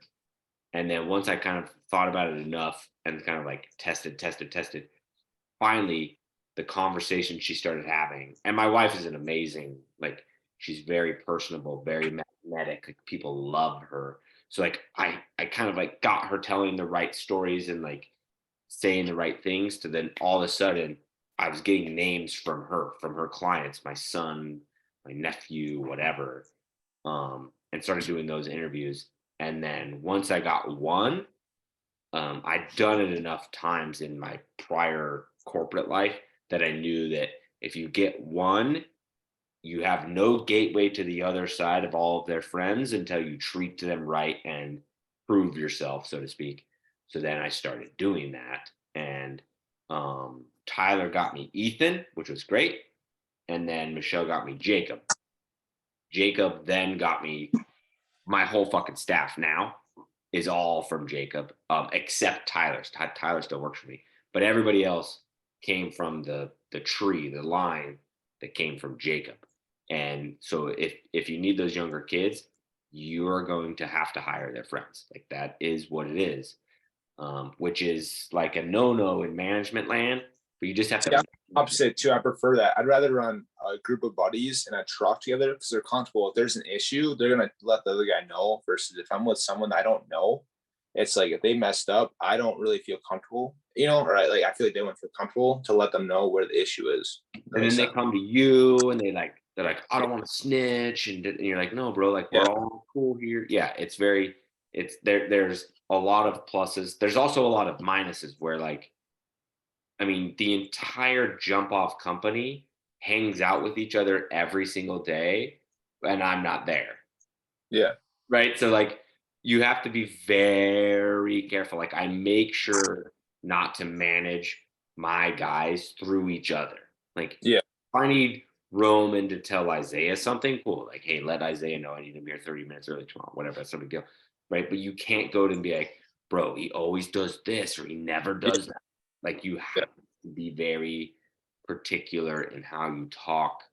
And if you want to, like, this is evil sounding, but it's true. If you want to leak something though, it's very easy. You say one thing, it leaks to the whole friend group, and they'll kind of start to manage themselves. Like there's a good way to do it, a bad way to do it, and it's a fine line. I do not do it almost ever, unless it's something like super small that just annoys me but doesn't matter. I'll do it with that. But but for the most part, I try to keep it to face-to-face conversations. But yeah, you just basically you need to figure out how you get. My wife's name is Michelle, so like you need your Michelle. Like you just got to figure out how you get the word into the circle and get the interviews. Yeah. Yep. The other thing I was gonna say too, now I know it's getting late, but one more thing I'll say is that the way we run right now, we run it where we drop off like this parties on Saturday, drop off Friday, pick up Sunday. So you get all day Saturday. And we didn't set it up this way or that way for this weekend because we've got double carnivals on Friday. And so our mindset is that we'll focus on the carnivals and we'll knock out all of our deliveries now on Saturday. And what I can just say, like firsthand, after running it both ways, is running it this way where it's like Saturday morning is busy as hell is so much more stressful now. This is kind of what I'm working with right now. And so working on the best way of routes, but it's like we have to run at least 3 trucks now, where if it wasn't for that, I could probably get away with 2. And it's just different things like that, it's like now we're fighting a lot of deadlines where the best thing that's happened with us with COVID is almost 90% of the time someone works from home. And so we just do anytime drops. And I know you guys, you're really particular about your time. We don't do that. We call when we're on the way, get about 10-minute, 15-minute heads up. And if they're not home, we go to the next one. But that's about the most of a heads up we give. And so, and we've ran a 5.0 on Google for the last 18 years, but people don't seem to mind as long as they know that that's just getting delivered any time that day. That seems to be worked out for us. And it's just, I don't know, it's just something to note to you, but it's a hell of a lot more stressful and a lot more you gotta be a little more creative this way too, in terms of making your schedules, I've found. So. Yeah, it's kind of we've done it that way for so long. All the guys expect it. They know to be there at 6 on Saturday. Ours just flows. We're actually opposite. So we're so busy this weekend. I think we have 26 drops on Saturday. Okay. So and it's 5. That's 5 trucks. Yeah. We don't have 5 trucks. So so we're running. So we're gonna run 2 trucks Friday. And then our normal 3 trucks Saturday morning. This is the first time that we've dropped on Friday for Saturday rentals since before I hired Tyler, since early 2021 probably. So if you're my guys are we're fucking what? We're doing what? You gotta be kidding me. So if you're running only 4 or 5 inflatable drops though per truck, they're not working very long, are they? They gotta be, especially if everything's pre-clean on your route too. You guys pre-clean most of your stuff? Yeah, pretty much. So on a Saturday morning drop, typically they can do 6.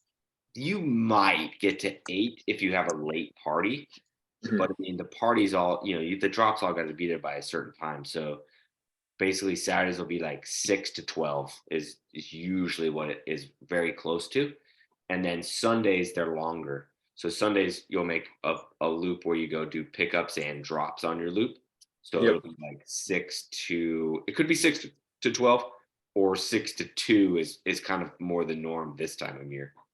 Yeah. Yeah. I don't know.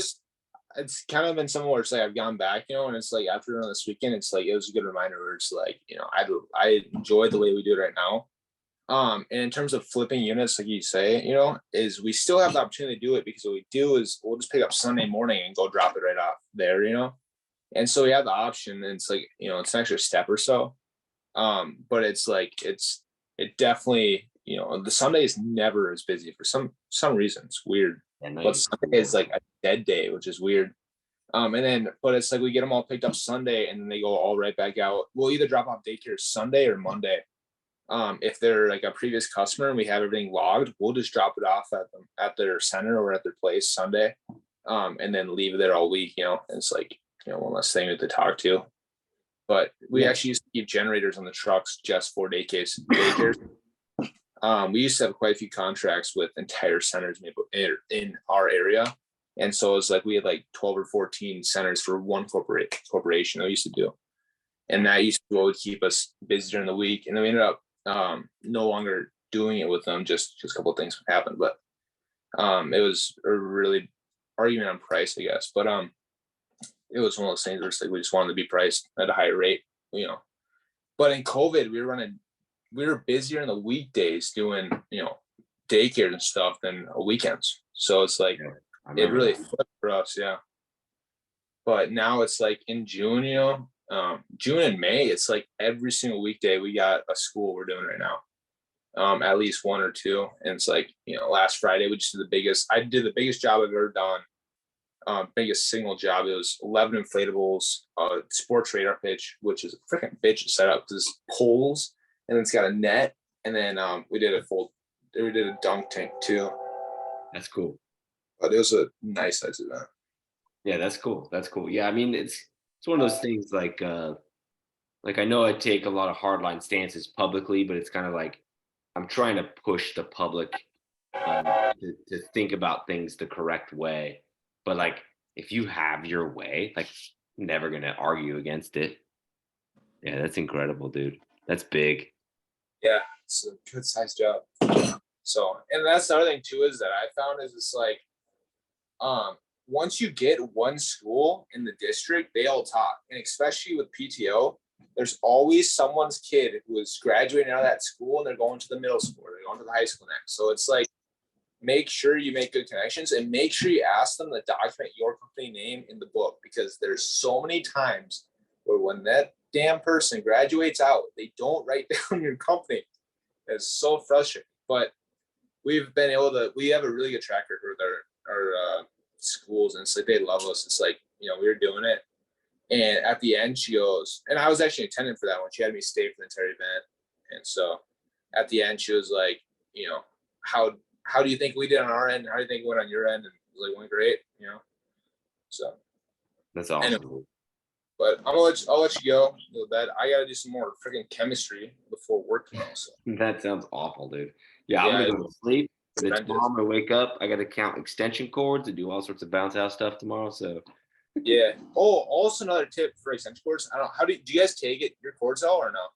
Do we what? Or do you guys take your cords, or do you have the fancy ones where it's like your name's written on it? I just started buying those. Okay. I started tagging them, but then the tags fall off. So basically what I do with the older cords, the like whatever store-bought ones, is I put a red zip tie on both ends. And so then I just tell the guys, like, the odds that another client has 2 red zip ties on their thing is 0%. So if it has 2 red zip ties, it's ours, bring it home. Yeah, what we did is we had bumper stickers made. They're about 8 inches to 10 inches long, depending on which ones we have. And it's got our logo and then our website and then our phone number. And we kind of stick them on and pinch it to itself and have them on both ends of the cords. And that's our marking for our cords. But just something, I know, like you mark your cords and stuff. So that was neat. Good. Yeah, that's a good idea. Yeah, it's just one of those things where, and then we just slap those stickers on fucking everything. It was on the blower. Right. And so, yeah, they're cheap once you have them. It's like you just throw them everywhere. And then the main time that it's an issue is when it's carnivals and you're not the first one there to pick up. When you got volunteers picking up, that's when your cord and shit gets taken. And it's like, not like it's intentional. Just they're trying to help, and instead they're taking all my shit. Right. But all good. All right. Well, I'll see you next week. All right, Ryan. Thanks for talking, man. Yeah. See you next time. Everybody else, you guys have a great night. I'm going to bed. Peace out. Bye, Nick. Later, guys.